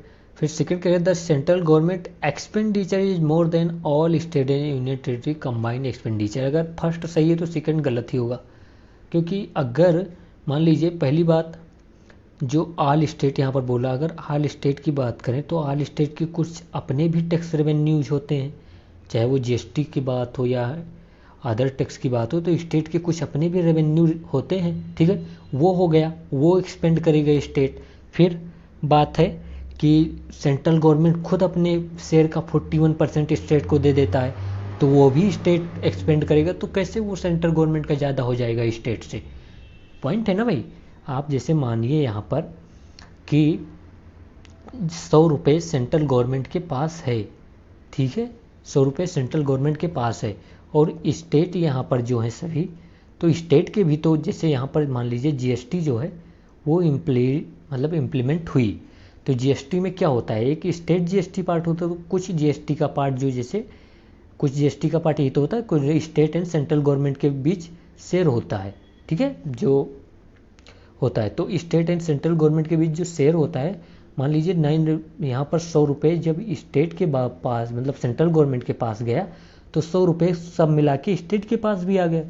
तो ये 100 रुपये तो स्टेट के पास है ही अपना रिसीट में, बट ये जो 100 रुपये सेंट्रल गवर्नमेंट ने कमाया उसका भी 40% 41% स्टेट को देने। यहाँ मैं सभी स्टेट की बात कर रहा हूँ, तो यहाँ पर इसके पास कितना हो गया, 141 रुपये स्टेट के पास हो गए, और यहाँ पर जो सेंट्रल गवर्नमेंट है उसके पास 60 रुपये ही बचे। तो अब 141 स्टेट खर्च करेंगे और 60 सेंट्रल गवर्नमेंट खर्च करेगा, तो एक्सपेंडिचर किसका ज़्यादा है, स्टेट का ज़्यादा है, समझ रहे हो। तो ये 2 is correct, first is 2 is incorrect and first is correct, तो फर्स्ट इज करेक्ट हो गया। फिर 283 देखिए आप, ये कह रहा है कि government of India is financing the national infrastructure pipeline through which of the following veg. ये बहुत न्यूज में था कि नेशनल इंफ्रास्ट्रक्चर जो पाइपलाइन है, और ये बहुत सिंपल सा क्वेश्चन भी है, इसमें ज़्यादा प्रॉब्लम नहीं होगी। कह रहे हैं कि establishment of national bank for financing infrastructure and development. अगर ये बात करें तो ये ऑल इंडिया फाइनेंशियल इंस्टीट्यूशन है, और ये क्रिएट किया गया है। मतलब क्यों ऑल इंडिया फाइनेंशियल इंस्टीट्यूशन कहते हैं, क्योंकि ये पार्लियामेंट में लॉ के द्वारा क्रिएट किए गए हैं, ठीक है, इनका एक पार्टिकुलर लॉ है। कितने ऑल इंडिया फाइनेंशियल इंस्टीट्यूशन है, तो हमें नंबर तो मुझे नहीं याद है, बट आप मैं बता सकता हूँ। नेशनल हाउसिंग बैंक है, ठीक है, और ये एक नेफेड हो गया, एक नबार्ड है हमारा, ये भी ऑल इंडिया फाइनेंशियल इंस्टीट्यूशन है। फिर एक सिडबी है, वो भी ऑल इंडिया फाइनेंशियल इंस्टीट्यूशन है। एक है हमारा एक्सपोर्ट एंड इंपोर्ट, तो आप गिन सकते हैं, 1 हो गया, 2 हो गया, 3 4 5, तो 5 ऑल इंडिया फाइनेंशियल इंस्टीट्यूशन हैं।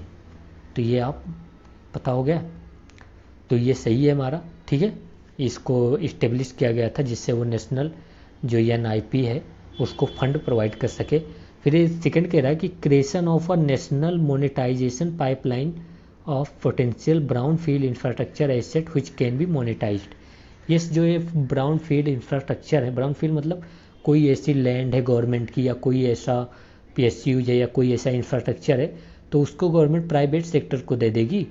ये मोनेटाइज मतलब प्राइवेट सेक्टर को लीज पर दिया, और लीज पर वहाँ से प्राइवेट सेक्टर को पैसा मिला, और जो पैसा मतलब गवर्नमेंट को पैसा मिला और प्राइवेट सेक्टर से, तो वो नेशनल इंफ्रास्ट्रक्चर पाइपलाइन में लगाकर उसको और भी इंफ्रास्ट्रक्चर क्रिएट करेंगे। बाकी आप ये पढ़ सकते हैं नेशनल मोनेटाइजेशन पाइपलाइन, ठीक है।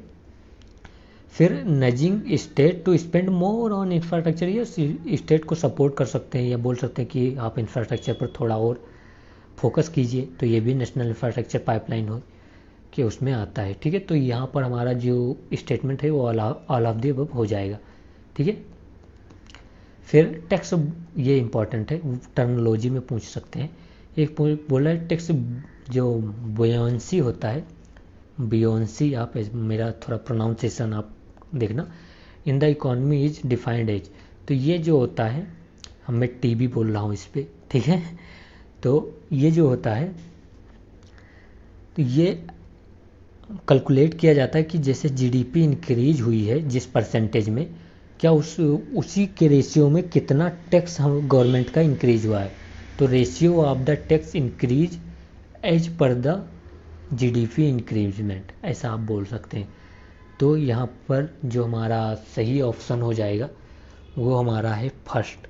वो क्या कह रहा है कि ratio of percentage change in tax revenue, yes, कितना परसेंटेज चेंज हुआ टैक्स रेवेन्यू में to the percentage change in the GDP, यही हमारा सही कहता है, ठीक है। तो फर्स्ट सही है। सेकंड देखते हैं क्या बोल रहा है, ratio of change in tax revenue to the change in GDP, नहीं, चेंज इन जीडीपी नहीं, change in the percentage of GDP, कितना परसेंटेज जीडीपी चेंज हुई है। फिर परसेंटेज ये सब मतलब तो करेक्ट है, इनकरेक्ट है, आप ठीक से देख लीजिएगा, सारे इनकरेक्ट हैं, ठीक है। ओनली वन आर करेक्ट, और उसमें ओनली वन ही सही था, बाकी आप पढ़ लेना, जल्दी जल्दी करते हैं, भी बहुत करना है। 285 बोल रहा है which of the following factor may lead increase in tax buoyancy, मतलब टैक्स इंक्रीज, मतलब यहाँ पर आप सिंपल सा समझिए, पहली बात मे पर फोकस कीजिए, और टैक्स बुएंसी मतलब टैक्स कैसे इंक्रीज हो सकता है गवर्नमेंट का।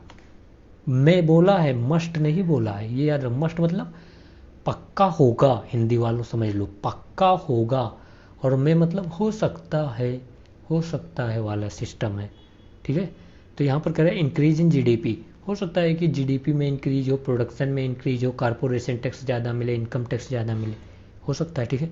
फिर कह रहे हैं improvement in the tax administration, बिल्कुल आप ऐसा मान लीजिए कि अगर हम ऐसे टैक्स लॉ लेकर आते हैं जिससे कि टैक्स में जो चोरी है वो कम हो जाए, ओके, और जो ऑफिशियल हैं टैक्स के ऑफिसर जो हैं वो टैक्स पेयर से बहुत अच्छे से पेश आएँ, उनसे अच्छे से बात करें, और बहुत सारे मतलब हम ease of the paying of the tax लेकर आएंगे तो उससे टैक्स इम्प्रूवमेंट हो जाएगा। फॉर्मलाइजेशन ऑफ इकॉनमी, आप ये मान लीजिए जो फॉर्मल इकॉनमी होगी उसमें सारे आपको डॉक्यूमेंट मिल जाएंगे कि हाँ इसका किसका रेवेन्यू कितना हुआ, कितना बेनिफिट हुआ, कितना टैक्स पे करना है, तो इससे टैक्स तो इंक्रीज ही हो जाएगा, होगा।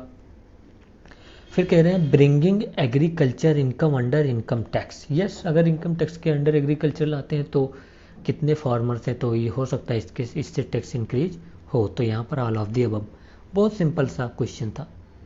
फिर नेक्स्ट देखते हैं 286, इसमें क्या कह रहा है कि consider the following statements regarding service charge levied by hotels and restaurant, तो जो सर्विस चार्ज करते हैं होटल एंड रेस्टोरेंट कस्टमर पे, उसके रिगार्डिंग बताना है हमको, ठीक है। देखूं वीडियो तो चल रही है, हाँ चल रही है। तो यहाँ पर फर्स्ट स्टेटमेंट आप देखिए क्या कह रहा है कि it is a kind of indirect tax collected by government, तो सर्विस जो टैक्स बोल रहा है कि ये एक इनडायरेक्ट टैक्स होता है और गवर्नमेंट कलेक्ट करती है। भाई जो सर्विस टैक्स है वो कौन कलेक्ट करता है, पहले ये आप बताइए।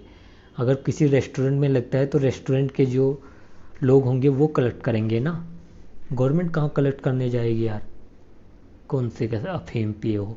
फिर कहते हैं presently hotels and restaurant have been denied to collect service charge, क्यों भाई ऐसा, मतलब पहले गवर्नमेंट ने ऐसा कहा था कि आप सर्विस चार्ज नहीं ले सकते, बट हमें पता है कि कुछ लोग दिल्ली हाई कोर्ट में जाएंगे और केवल एक ही बात बोलेंगे, आर्टिकल 19।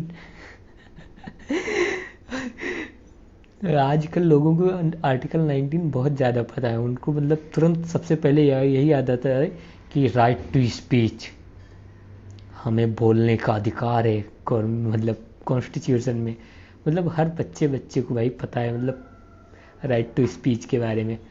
तो कुछ लोग गए दिल्ली हाई कोर्ट में, उन्होंने कहा कि ये तो गलत है कि आप मतलब ये तो हम बिजनेस करने के जो हमारे आर्टिकल फंडामेंटल राइट है उसके अगेंस्ट है। तो Delhi high court as usual बोल दिया गवर्नमेंट को कि आप ऐसा नहीं इम्पोज कर सकते, तो ये इनकरेक्ट हो जाएगा हमारा, फर्स्ट भी इनकरेक्ट था। थर्ड कह रहे हैं कि hotel and restaurant can levy service charge but not on takeaways orders. Takeaway orders मतलब आप गए तो किसी रेस्टोरेंट में बट वहाँ से कहा कि हम पैक कर दो भाई, हम ले जाकर कहीं अलग खाएंगे, ठीक है। तो जब आप पैक करा कर ले तो कौन सी उन्होंने बहुत बड़ी सर्विस दे दी जो वो सर्विस चार्ज लगाएंगे। भाई कौन सी सर्विस दे दी, तुमने पॉलीथीन खोल के डाल दिया वो सर्विस दे दी। तो ये सही है, ऐसी चीज़ों पर सर्विस चार्ज होटल्स वाले नहीं लगा सकते जहाँ पर आप पैक करके। तो अब ये समझ लीजिएगा, अगर गर्लफ्रेंड को लेकर जाइए तो आपको पता है कि गर्लफ्रेंड सामने होगी तो ज़्यादा सर्विस देना ही पड़ेगा, शर्म लगेगी। तो वहाँ से पैक कराकर अलग लेकर जाकर खाना, जिससे आपका पैसा बचेगा, ठीक है। और होटल वाले मांग भी नहीं सकते। और आप मानिए कि अगर आप गर्लफ्रेंड के बस साथ बैठ के होटल में खा रहे हैं और हो तो बेरोजगार ही, मतलब हो सकता है बहुत लोग हों इसमें देखने वाले जो हों, बट मैं सिंपल सा ले रहा हूँ, तो हो सकता है बहुत ज़्यादा पे करना पड़ जाए, ठीक है। तो ये आप याद रखिए, आपके बेनिफिट के लिए बोल रहा हूँ। तो इसमें ओनली थर्ड इज करेक्ट, तो ओनली थर्ड उसमें करेक्ट था। बाकी 287 नंबर क्वेश्चन देखते हैं। एक रहा है, consider the following statements regarding tax deducted at source and tax collected at source. तो हम अभी TDS एंड TCS देखते हैं कि कैसे ये वर्क करता है। तो पहले TDS देखते हैं। ओके, मान लीजिए कि ये यूनिवर्सिटी है और ये टीचर साहब हैं या प्रोफेसर, टीचर ही लिखते हैं, ठीक है। तो आप ये मानिए कि टीचर, यूनिवर्सिटी ने हायर किया टीचर को और कहा कि देखो भाई हम तुमको 20 लाख रुपए पे करेंगे ईयरली बेसिस पे, 20 लाख रुपए, ठीक है। ज़्यादा है क्या? 20 लाख ज़्यादा है? नहीं ज़्यादा है भाई, प्रोफेसर को इतना मिलता है आराम से। तो वो बोल रहे कि 20 लाख रुपए पे करेंगे हम ईयरली बेसिस पे। तो ठीक है, 20 लाख रुपए अब यूनिवर्सिटी को किसको देना पड़ेगा? प्रोफेसर साहब को। बट गवर्नमेंट क्या कहेगी कि देखो भाई, ये जो यूनिवर्सिटी कैसे आकर गवर्नमेंट कहेगी कि देखो यूनिवर्सिटी देखो यूनिवर्सिटी, तुम ये जो पैसा पे करोगे ना 20 लाख, क्या हो गया यार, वो सॉरी पूरा उड़ भी गया यार, फिर से देखते हैं कि क्या है। TDS देख रहे थे, ये यूनिवर्सिटी थी हमारी और ये टीचर थे, ये यूनिवर्सिटी ने हायर किया टीचर को 20 लाख पे, ठीक है। तो यहाँ पर 20 लाख रुपए अब यूनिवर्सिटी को टीचर को पे करना है ईयरली बेसिस पे। तो गवर्नमेंट क्या कहेगी कि देखो यूनिवर्सिटी, तुम जब टीचर साहब को पेमेंट देना तो थोड़ा सा कटौती कर लेना, कंजूसी कर लेना। कंजूसी को उसी को हम कहेंगे TDS। तो जब यूनिवर्सिटी इनको पेमेंट करेगी तो इनको 20 लाख ना पेमेंट करके कहेगी कि आपका जो है वो 10% हम काट रहे हैं, ठीक है। तो 20 लाख का 10% वो काट लेगा सॉरी। तो ये 10% जो 20 लाख का लेकर क्या करेंगे, ये 10% जो मनी होगा वो ले जाकर ये यूनिवर्सिटी गवर्नमेंट के पास या गवर्नमेंट के पास जमा कर देगी। अब 20 लाख मतलब यहाँ पर बाकी 20 लाख काटने के बाद 10% काटने के बाद अराउंड कितना आएगा 10% के बाद? 18 लाख, इतना ही तो आएगा। आप बाकी आप सॉल्व कर लेना अगर इससे ज़्यादा आता हो, ठीक है। तो 18 लाख आया, तो अब टीचर को कितना मिला? 18 लाख रुपए ओनली। तो अब 18 लाख में आप ये मान लिए अब टीचर की कितनी मतलब इनकम है। अगर अब जैसे मान लीजिए यहाँ पर 18 लाख टीचर की इनकम, अभी टीचर को थी 20 लाख मिली मगर टीचर को 18 लाख। अब अगर टीचर की इनकम जो इनकम टैक्स का जो स्लेब है उससे कम है, मतलब जो भी स्लेब है वो आप देख लेना, अगर टीचर की इनकम कम है तो अब टीचर जाएगा यहाँ पर गवर्नमेंट के पास और ये फॉर्म फिलअप करेगा और बोलेगा देखो भाई आपने जो ये 2 लाख रुपए हमसे लिए हैं, आप मुझसे इनकम टैक्स नहीं ले सकते बिकॉज मेरी तो इनकम कम है इनकम टैक्स स्लेब में, मतलब इतनी कम इनकम है कि मुझे इनकम टैक्स पे करने की ज़रूरत ही नहीं है गवर्नमेंट के अकॉर्डिंग। तो यहाँ पर TDS गवर्नमेंट इनको इनकम 2 लाख वापस कर देगी। लेकिन अगर क्या हुआ कि इनकम जो है टीचर की ज़्यादा है तो 2 लाख तो जितना मतलब गवर्नमेंट ने जितना भी इनकम मतलब इनकम टैक्स टीचर साहब को पे करना पड़ेगा वो टीचर साहब जाएंगे यहाँ पर, और अगर 2 लाख ही है तो बात ही ख़त्म, अपना मतलब इनकम बताएंगे वहाँ पर गवर्नमेंट से, और गवर्नमेंट एज टैक्स 2 लाख रख लेगी। बट अगर 2 लाख से ज़्यादा है तो मान लीजिए 1 लाख और एक्स्ट्रा पे करना है टीचर को, तो वो 1 लाख जाकर टीचर साहब पे करेंगे। ये 1 लाख आप बताओगे टीचर, आप पूछोगे क्यों पे करेंगे? इसलिए पे करेंगे टीचर साहब क्योंकि यहाँ यूनिवर्सिटी से टीचर साहब के बारे में सब कुछ गवर्नमेंट को पता चल चुका है अब। तो अगर ये टीचर साहब टाइम के अंडर नहीं गए ये अपना सॉल्यूशन, अपना पेमेंट और इनकम टैक्स पे करने, तो ईडी सीबीआई आ जाएगी। ठीक है, समझ जाएंगे। तो ये टीडीएस आप ऐसे ही समझ लीजिए। तो ये है कि ये कोई टैक्स नहीं है, it is instrument to get the tax for the government. ये कोई टैक्स नहीं है, ये आपको क्लियर होना चाहिए। ये इंस्ट्रूमेंट है टैक्स लेने का, ठीक है, गवर्नमेंट को। फिर टीसीएस क्या है? जैसे आपने एक कार बाय किया, ठीक है, कार बाय किया 15 लाख का, तो जो सेलर होगा, जो कंपनी होगी, वो कहेगी कि आप 15 लाख का तो जीएसटी प्लस ये यहाँ पर जीएसटी इंक्लूड है कार में। अब ये जो होगी वो कहेगी, सेलर जो होगा वो आपसे कहेगी कि आपको 1% टीसीएस भी देना पड़ेगा। तो अब जो 15 लाख पर 1%, 15 लाख के ऊपर आपको टीसीएस देना पड़ेगा उसको। तो 1% जो ये होगा अराउंड आई थिंक 15,000 होगा। तो ये 15,000 जो होगा वो सेलर को, मतलब ये सेलर जो होगा यहाँ से, मतलब कार बायर से लेकर वो क्या करेगा, गवर्नमेंट को जाकर दे देगा। किसके साथ? यहाँ जो जिसने कार बाय किया है उसके इनकम टैक्स, उसके जो आईडी कार्ड है उसके साथ ले जाकर सेलर गवर्नमेंट को दे देगा ये 15,000। अब गवर्नमेंट इंक्वायरी करेगी कि क्या तुम्हारी इनकम है और कितना अब तक तुमने टैक्स पे किया है जो आप कार खरीद रहे थे। ऐसा तो नहीं कि आप ब्लैक मनी से कार खरीद रहे हो। तो ये हमारा हो गया टीसीएस। तो ये दोनों आपको पता चले। तो these are the instrument of the tax, they are not a tax. ठीक है, अब हम देखते हैं। ये कह रहा है कि TDS is a part of income tax while TDS is outside the preview of the income tax. ये यहाँ पर टीसीएस होना चाहिए। तो पहली बात, ना ये पार्ट है इनकम टैक्स के, ना कोई आउटसाइड है इनकम टैक्स। ये केवल इंस्ट्रूमेंट हैं एक, कि कैसे टैक्स, जो कोई करप्शन, मतलब कोई टैक्स चोरी ना कर पाए, उसके ये इंस्ट्रूमेंट है, ये कोई टैक्स नहीं है। ठीक है, फिर कहे TCS payment can not be adjusted against TDS. कहे टीसीएस जो पेमेंट है वो can not be adjusted against TDS. तो ये भी इनकरेक्ट है, एडजस्ट वगैरह सब कुछ हो सकता है। तो डी यहाँ पर करेक्ट। ठीक है, बाकी मेरा जो ओपिनियन कहता है कि यूपीएससी क्या पूछेगा कि कौन कलेक्ट करता है, ये पूछ लेगा, या तो ये पूछ लेगा कि ये क्या टैक्स हैं, ये different type of the taxes. तो ये टैक्स नहीं है, they are the tax instrument. बस इतना ही तक जाएगा, मुझे नहीं लगता कि ये सब कुछ पूछेगा। बाकी आप बता तो दिया है। फिर यहाँ पर देखिए 288 में क्या कह रहा है, which of the following received goes to public account of India. जो पब्लिक अकाउंट ऑफ इंडिया है उसके, मतलब जो पब्लिक अकाउंट ऑफ इंडिया में कहाँ कहाँ से पैसे आते हैं, यही पूछ रहा है सिंपल सा। तो आपको पता है ये कह रहा है डेटेड सिक्योरिटीज़। भाई जो गवर्नमेंट सिक्योरिटीज़ होगी, जो गवर्नमेंट के बॉन्ड होंगे, वो एक प्रकार के लोन है। लोन किसका, मतलब वो ऐसे लोन है जो कंसोलिडेटेड फंड ऑफ इंडिया में जाएंगे, CFI में जाएगा ये फंड। ठीक है, तो ये नहीं होगा। फिर किसान विकास पत्र, यस ये जाता है क्योंकि ये स्मॉल सेविंग फंड है, जो नेशनल स्मॉल सेविंग फंड में ये जाता है।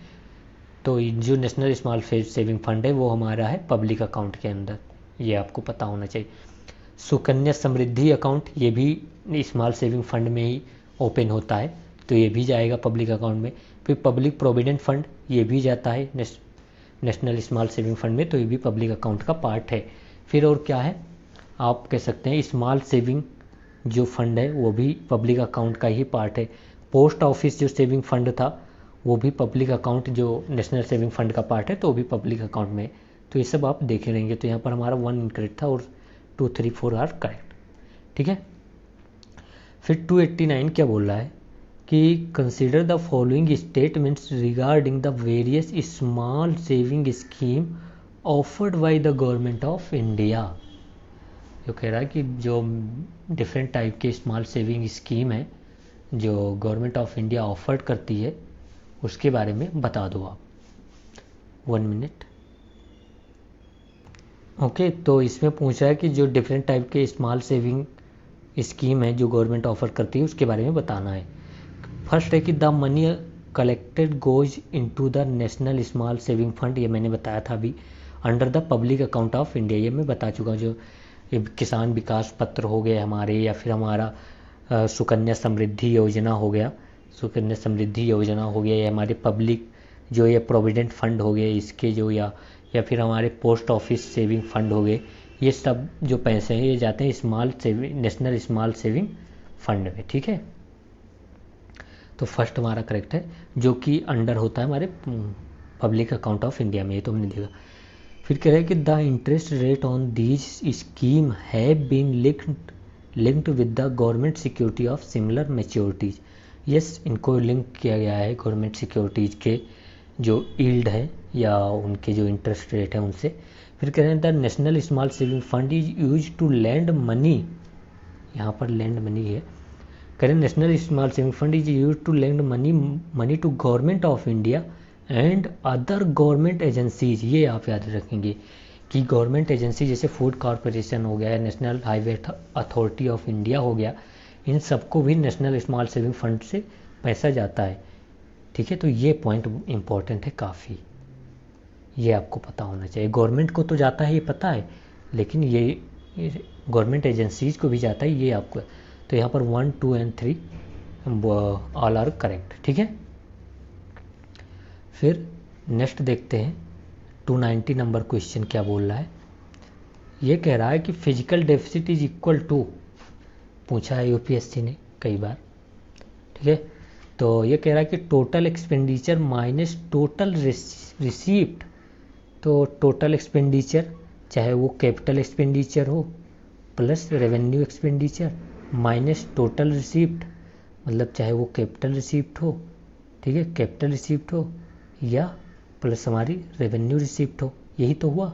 तो कैपिटल रिसीप्ट में हमको पता है लोन वगैरह भी आ जाते हैं। ठीक है, कैपिटल रिसीप्ट में लोन आते हैं ना, तो अगर इन दोनों को माइनस कर देंगे तो वो जीरो हो जाएगा। तो ये फिजिकल डेफिसिट कैसे हुआ वैसे। ठीक है, so it is not a fiscal, is not equal to fiscal deficit. Okay, तो ये हमारा इनकरेक्ट हो जाएगा। ओके, ये जो दिया गया है ये बजट आप कह सकते हैं, बजट का जो होता है बजट डेफिसिट कह सकते हैं शायद, देख लेना आप बाकी। तो ये फिजिकल डेफिसिट का पार्ट नहीं है। फिर कह रहे हैं टोटल एक्सपेंडिचर, 1 मिनट में क्लियर ही कर देता हूँ फॉर। हाँ, तो ये आप इतना याद ही रखें कि जो total expenditure minus total receipt जो होता है वो एवरी ईयर जीरो ही होता है। ठीक है, तो बस इतना ही है, ये बजट डेफिसिट नहीं होता है, बजट डेफिसिट डिफरेंट होता है। बजट डेफिसिट अभी हम देखेंगे बाद में, वो कन्फ्यूजन हो गया था। बट इतना याद रखेंगे कि जो एवरी ईयर मतलब किसी भी ईयर हो टोटल जो रिसीप्ट होगा, टोटल एक्सपेंडिचर होगा वो जीरो ही होता है। फिर यहाँ पर देखिए कह रहा है सेकंड में, तो ये इनकरेक्ट हो गया। ये कह रहा है total expenditure minus total receipt excluding borrowing, ये है सही। आप मानिए कि बजट डेफिसिट मतलब क्या, या physical deficit, sorry physical deficit मतलब क्या।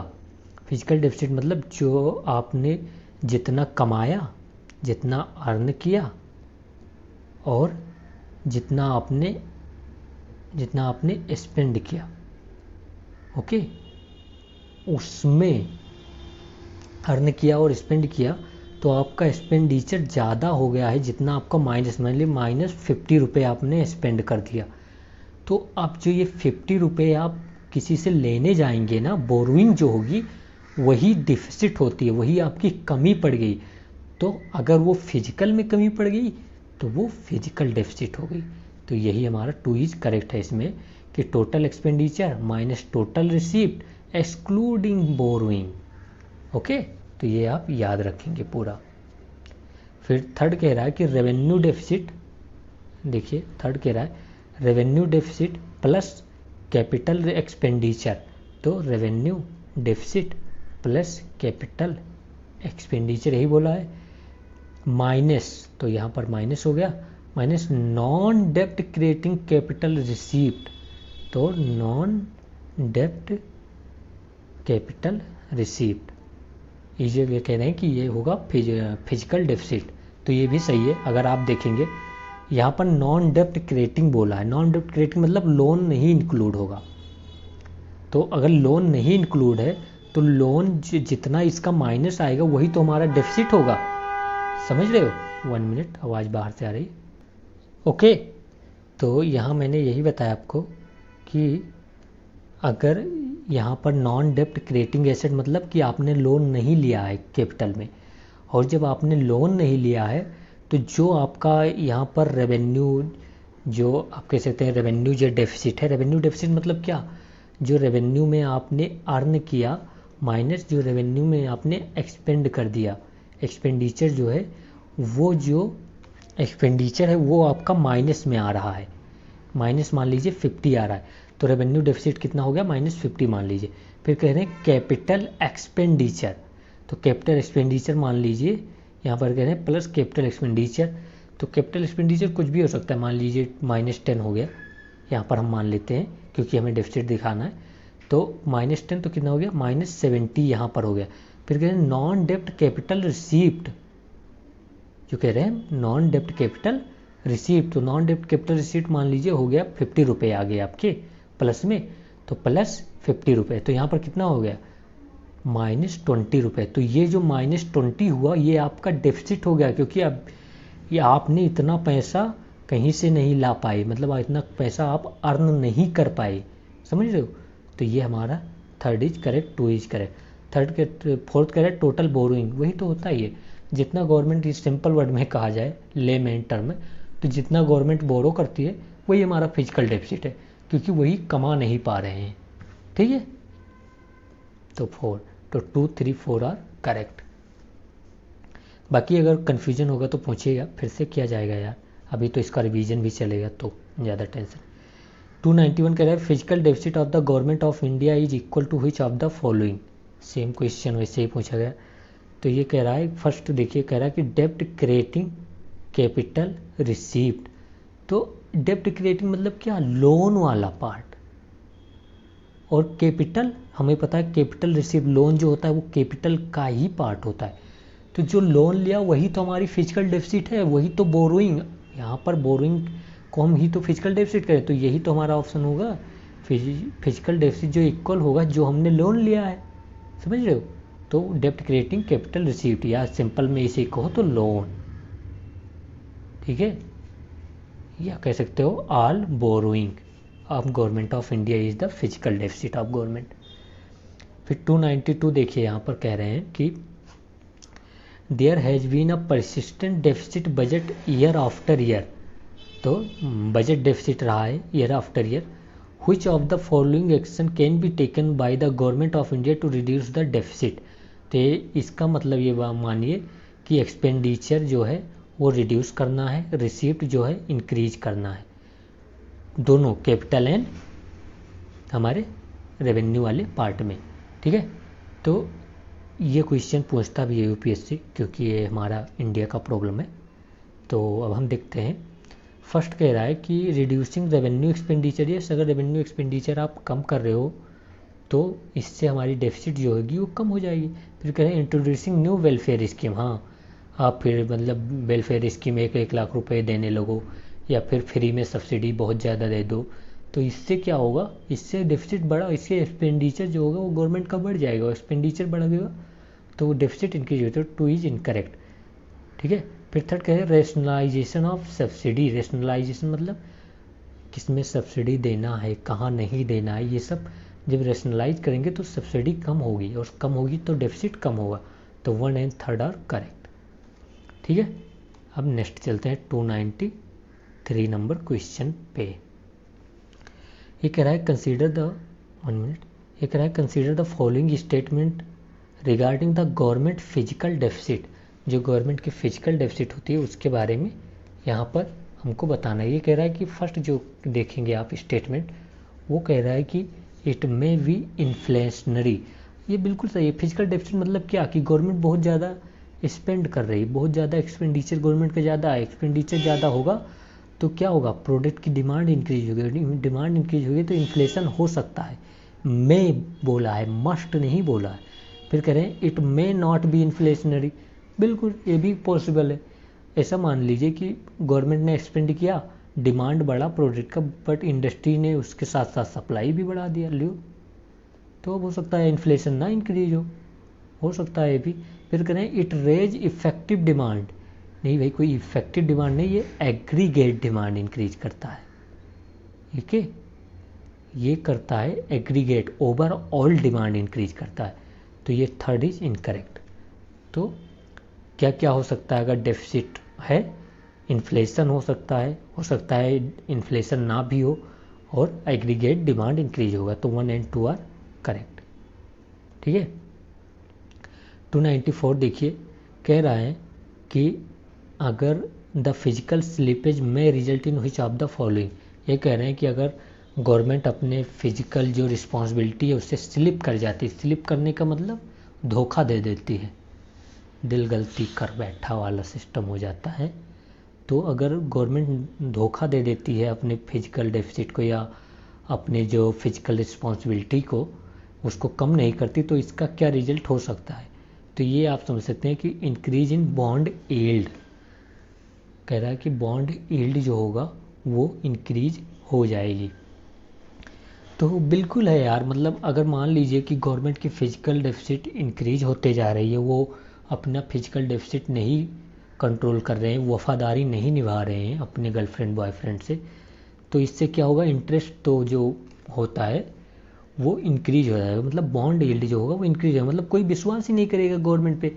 और जब गवर्नमेंट पे कोई विश्वास नहीं करेगा तो वो कहेंगे कि देखो भाई, जो गवर्नमेंट का मतलब पहले तुम हमको गवर्नमेंट 6% देती थी, बट अब हमें लगता है कि तुम कभी भी फेल हो सकती है गवर्नमेंट, अब तुम हमें 16% दो। तो ये हो सकता है, पॉसिबल है ये। इट इंक्रीज में पूछा है, ये भी याद रखना, इन बॉन्ड यील्ड। ये कह decrease in the market interest rates, भाई मार्केट इंटरेस्ट रेट डिक्रीज नहीं होगा, इंक्रीज हो जाएगा, क्योंकि अगर गवर्नमेंट फिजिकल स्टिपुलेज मतलब क्या समझ रहे हो, इसका मतलब क्या, इसका मतलब गवर्नमेंट मार्केट से पैसा उठा रही है, और पैसा जब उठाएगी तो मनी सप्लाई जो होगा मार्केट में डिक्रीज हो जाएगा, और मनी सप्लाई जब डिक्रीज होगा तो इंटरेस्ट रेट जो होगा वो इंक्रीज हो जाएगा मार्केट। तो 2 इज इनकरेक्ट। थर्ड कह रहे हैं इंक्रीज इन एग्रीगेट डिमांड, बिल्कुल एग्रीगेट डिमांड इंक्रीज हो जाएगी, अगर गवर्नमेंट पैसा उठाएगी तो कहीं स्पेंड भी करेगी, और स्पेंड करेगी तो डिमांड इंक्रीज हो जाएगी। तो 1 and 3 आर करेक्ट। ओके, तो 1 and 3 इसमें करेक्ट है हमारा। फिर 295 देखते हैं, हाँ आज इसको 300 तक देखेंगे। Which of the following directly finance government of India physical deficit, मतलब डायरेक्टली फाइनेंस करता है गवर्नमेंट ऑफ इंडिया के फिजिकल डेफिसिट को। ये पहले भी कर चुके हैं क्वेश्चन, अगर आपने पढ़ा होगा तो। कह रहे हैं फॉरेन डायरेक्ट इन्वेस्टर मतलब FDI। तो FDI जो है ये आप याद रखेंगे कि गवर्नमेंट ऑफ इंडिया की सिक्योरिटी को सब्सक्राइब नहीं कर सकते FDI, तो ये फाइनेंस भी नहीं कर सकते फिजिकल डेफिसिट को। तो फर्स्ट इज इनकरेक्ट। फिर करें foreign portfolio investors, foreign portfolio investor, तो ये जो हैं ये सब्सक्राइब कर सकते हैं गवर्नमेंट ऑफ इंडिया के सिक्योरिटीज़ को, तो ये फाइनेंस भी कर सकते हैं, ठीक है। 2 आर करेक्ट। फिर करें NRI, yes NRI also can subscribe the government of India security, तो ये भी फाइनेंस कर सकते हैं। तो 2 and 3 आर करेक्ट हो गया।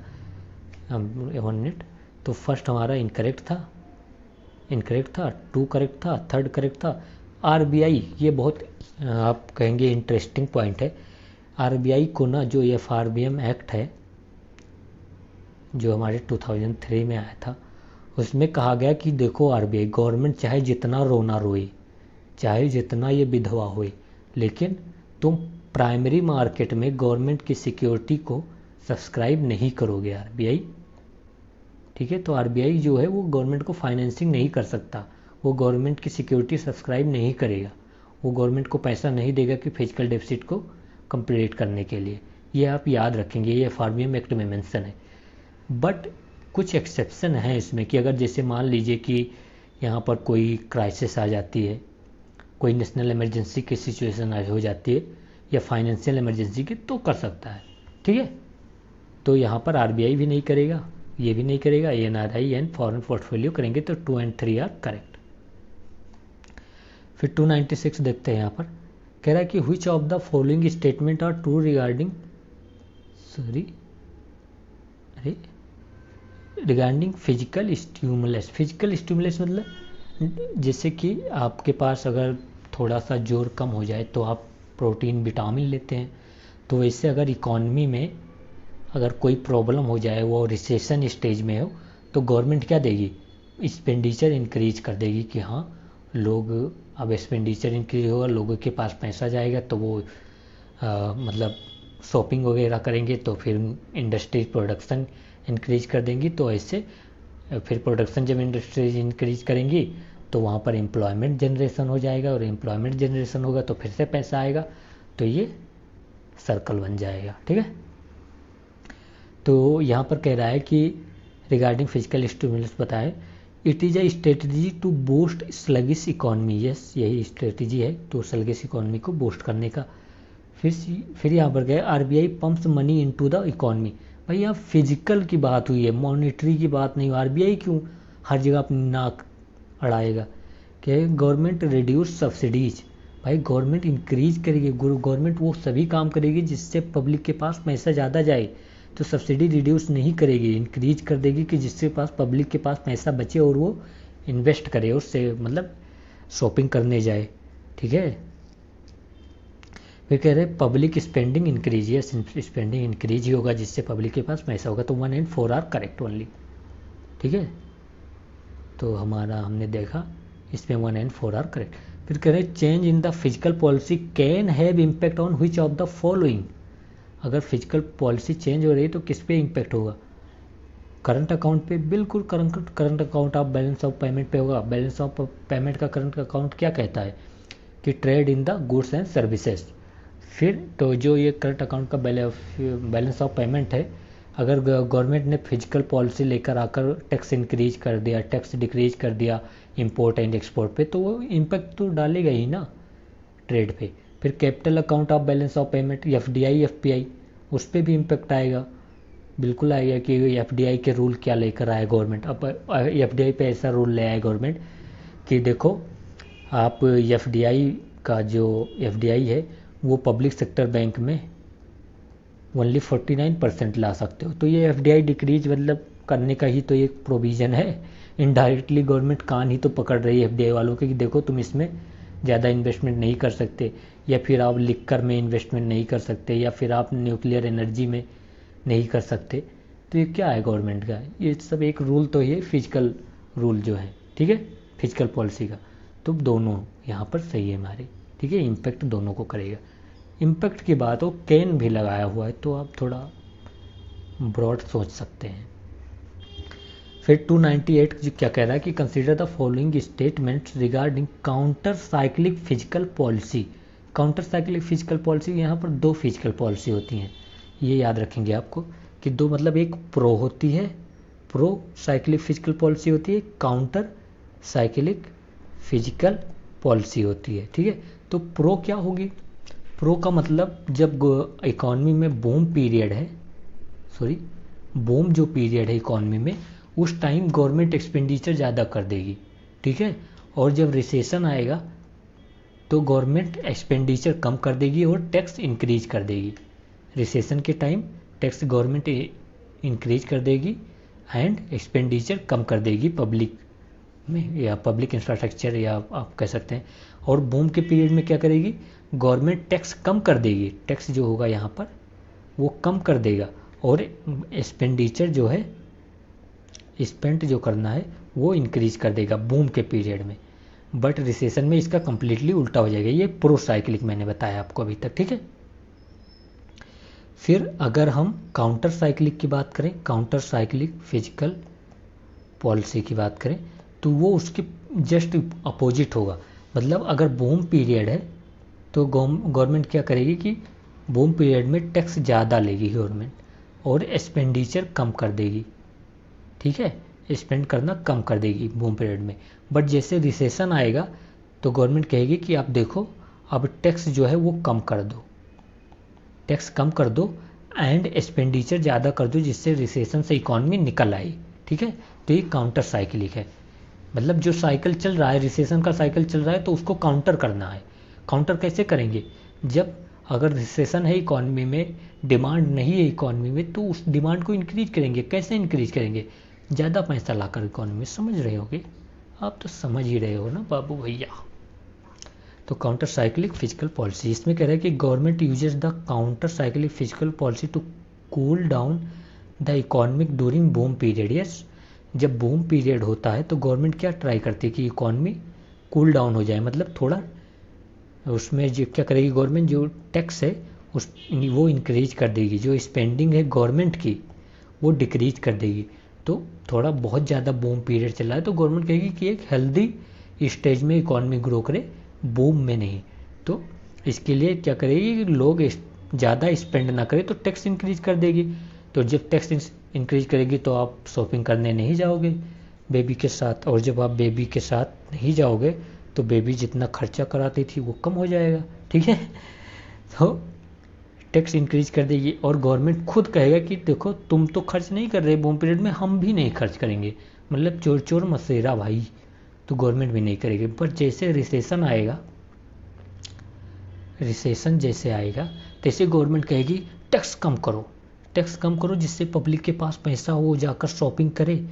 जहाँ पर एक मतलब कपड़े लेने हैं वहाँ पर 10 कपड़े ले, चाहे 10 दिन भी ना पहनने हो।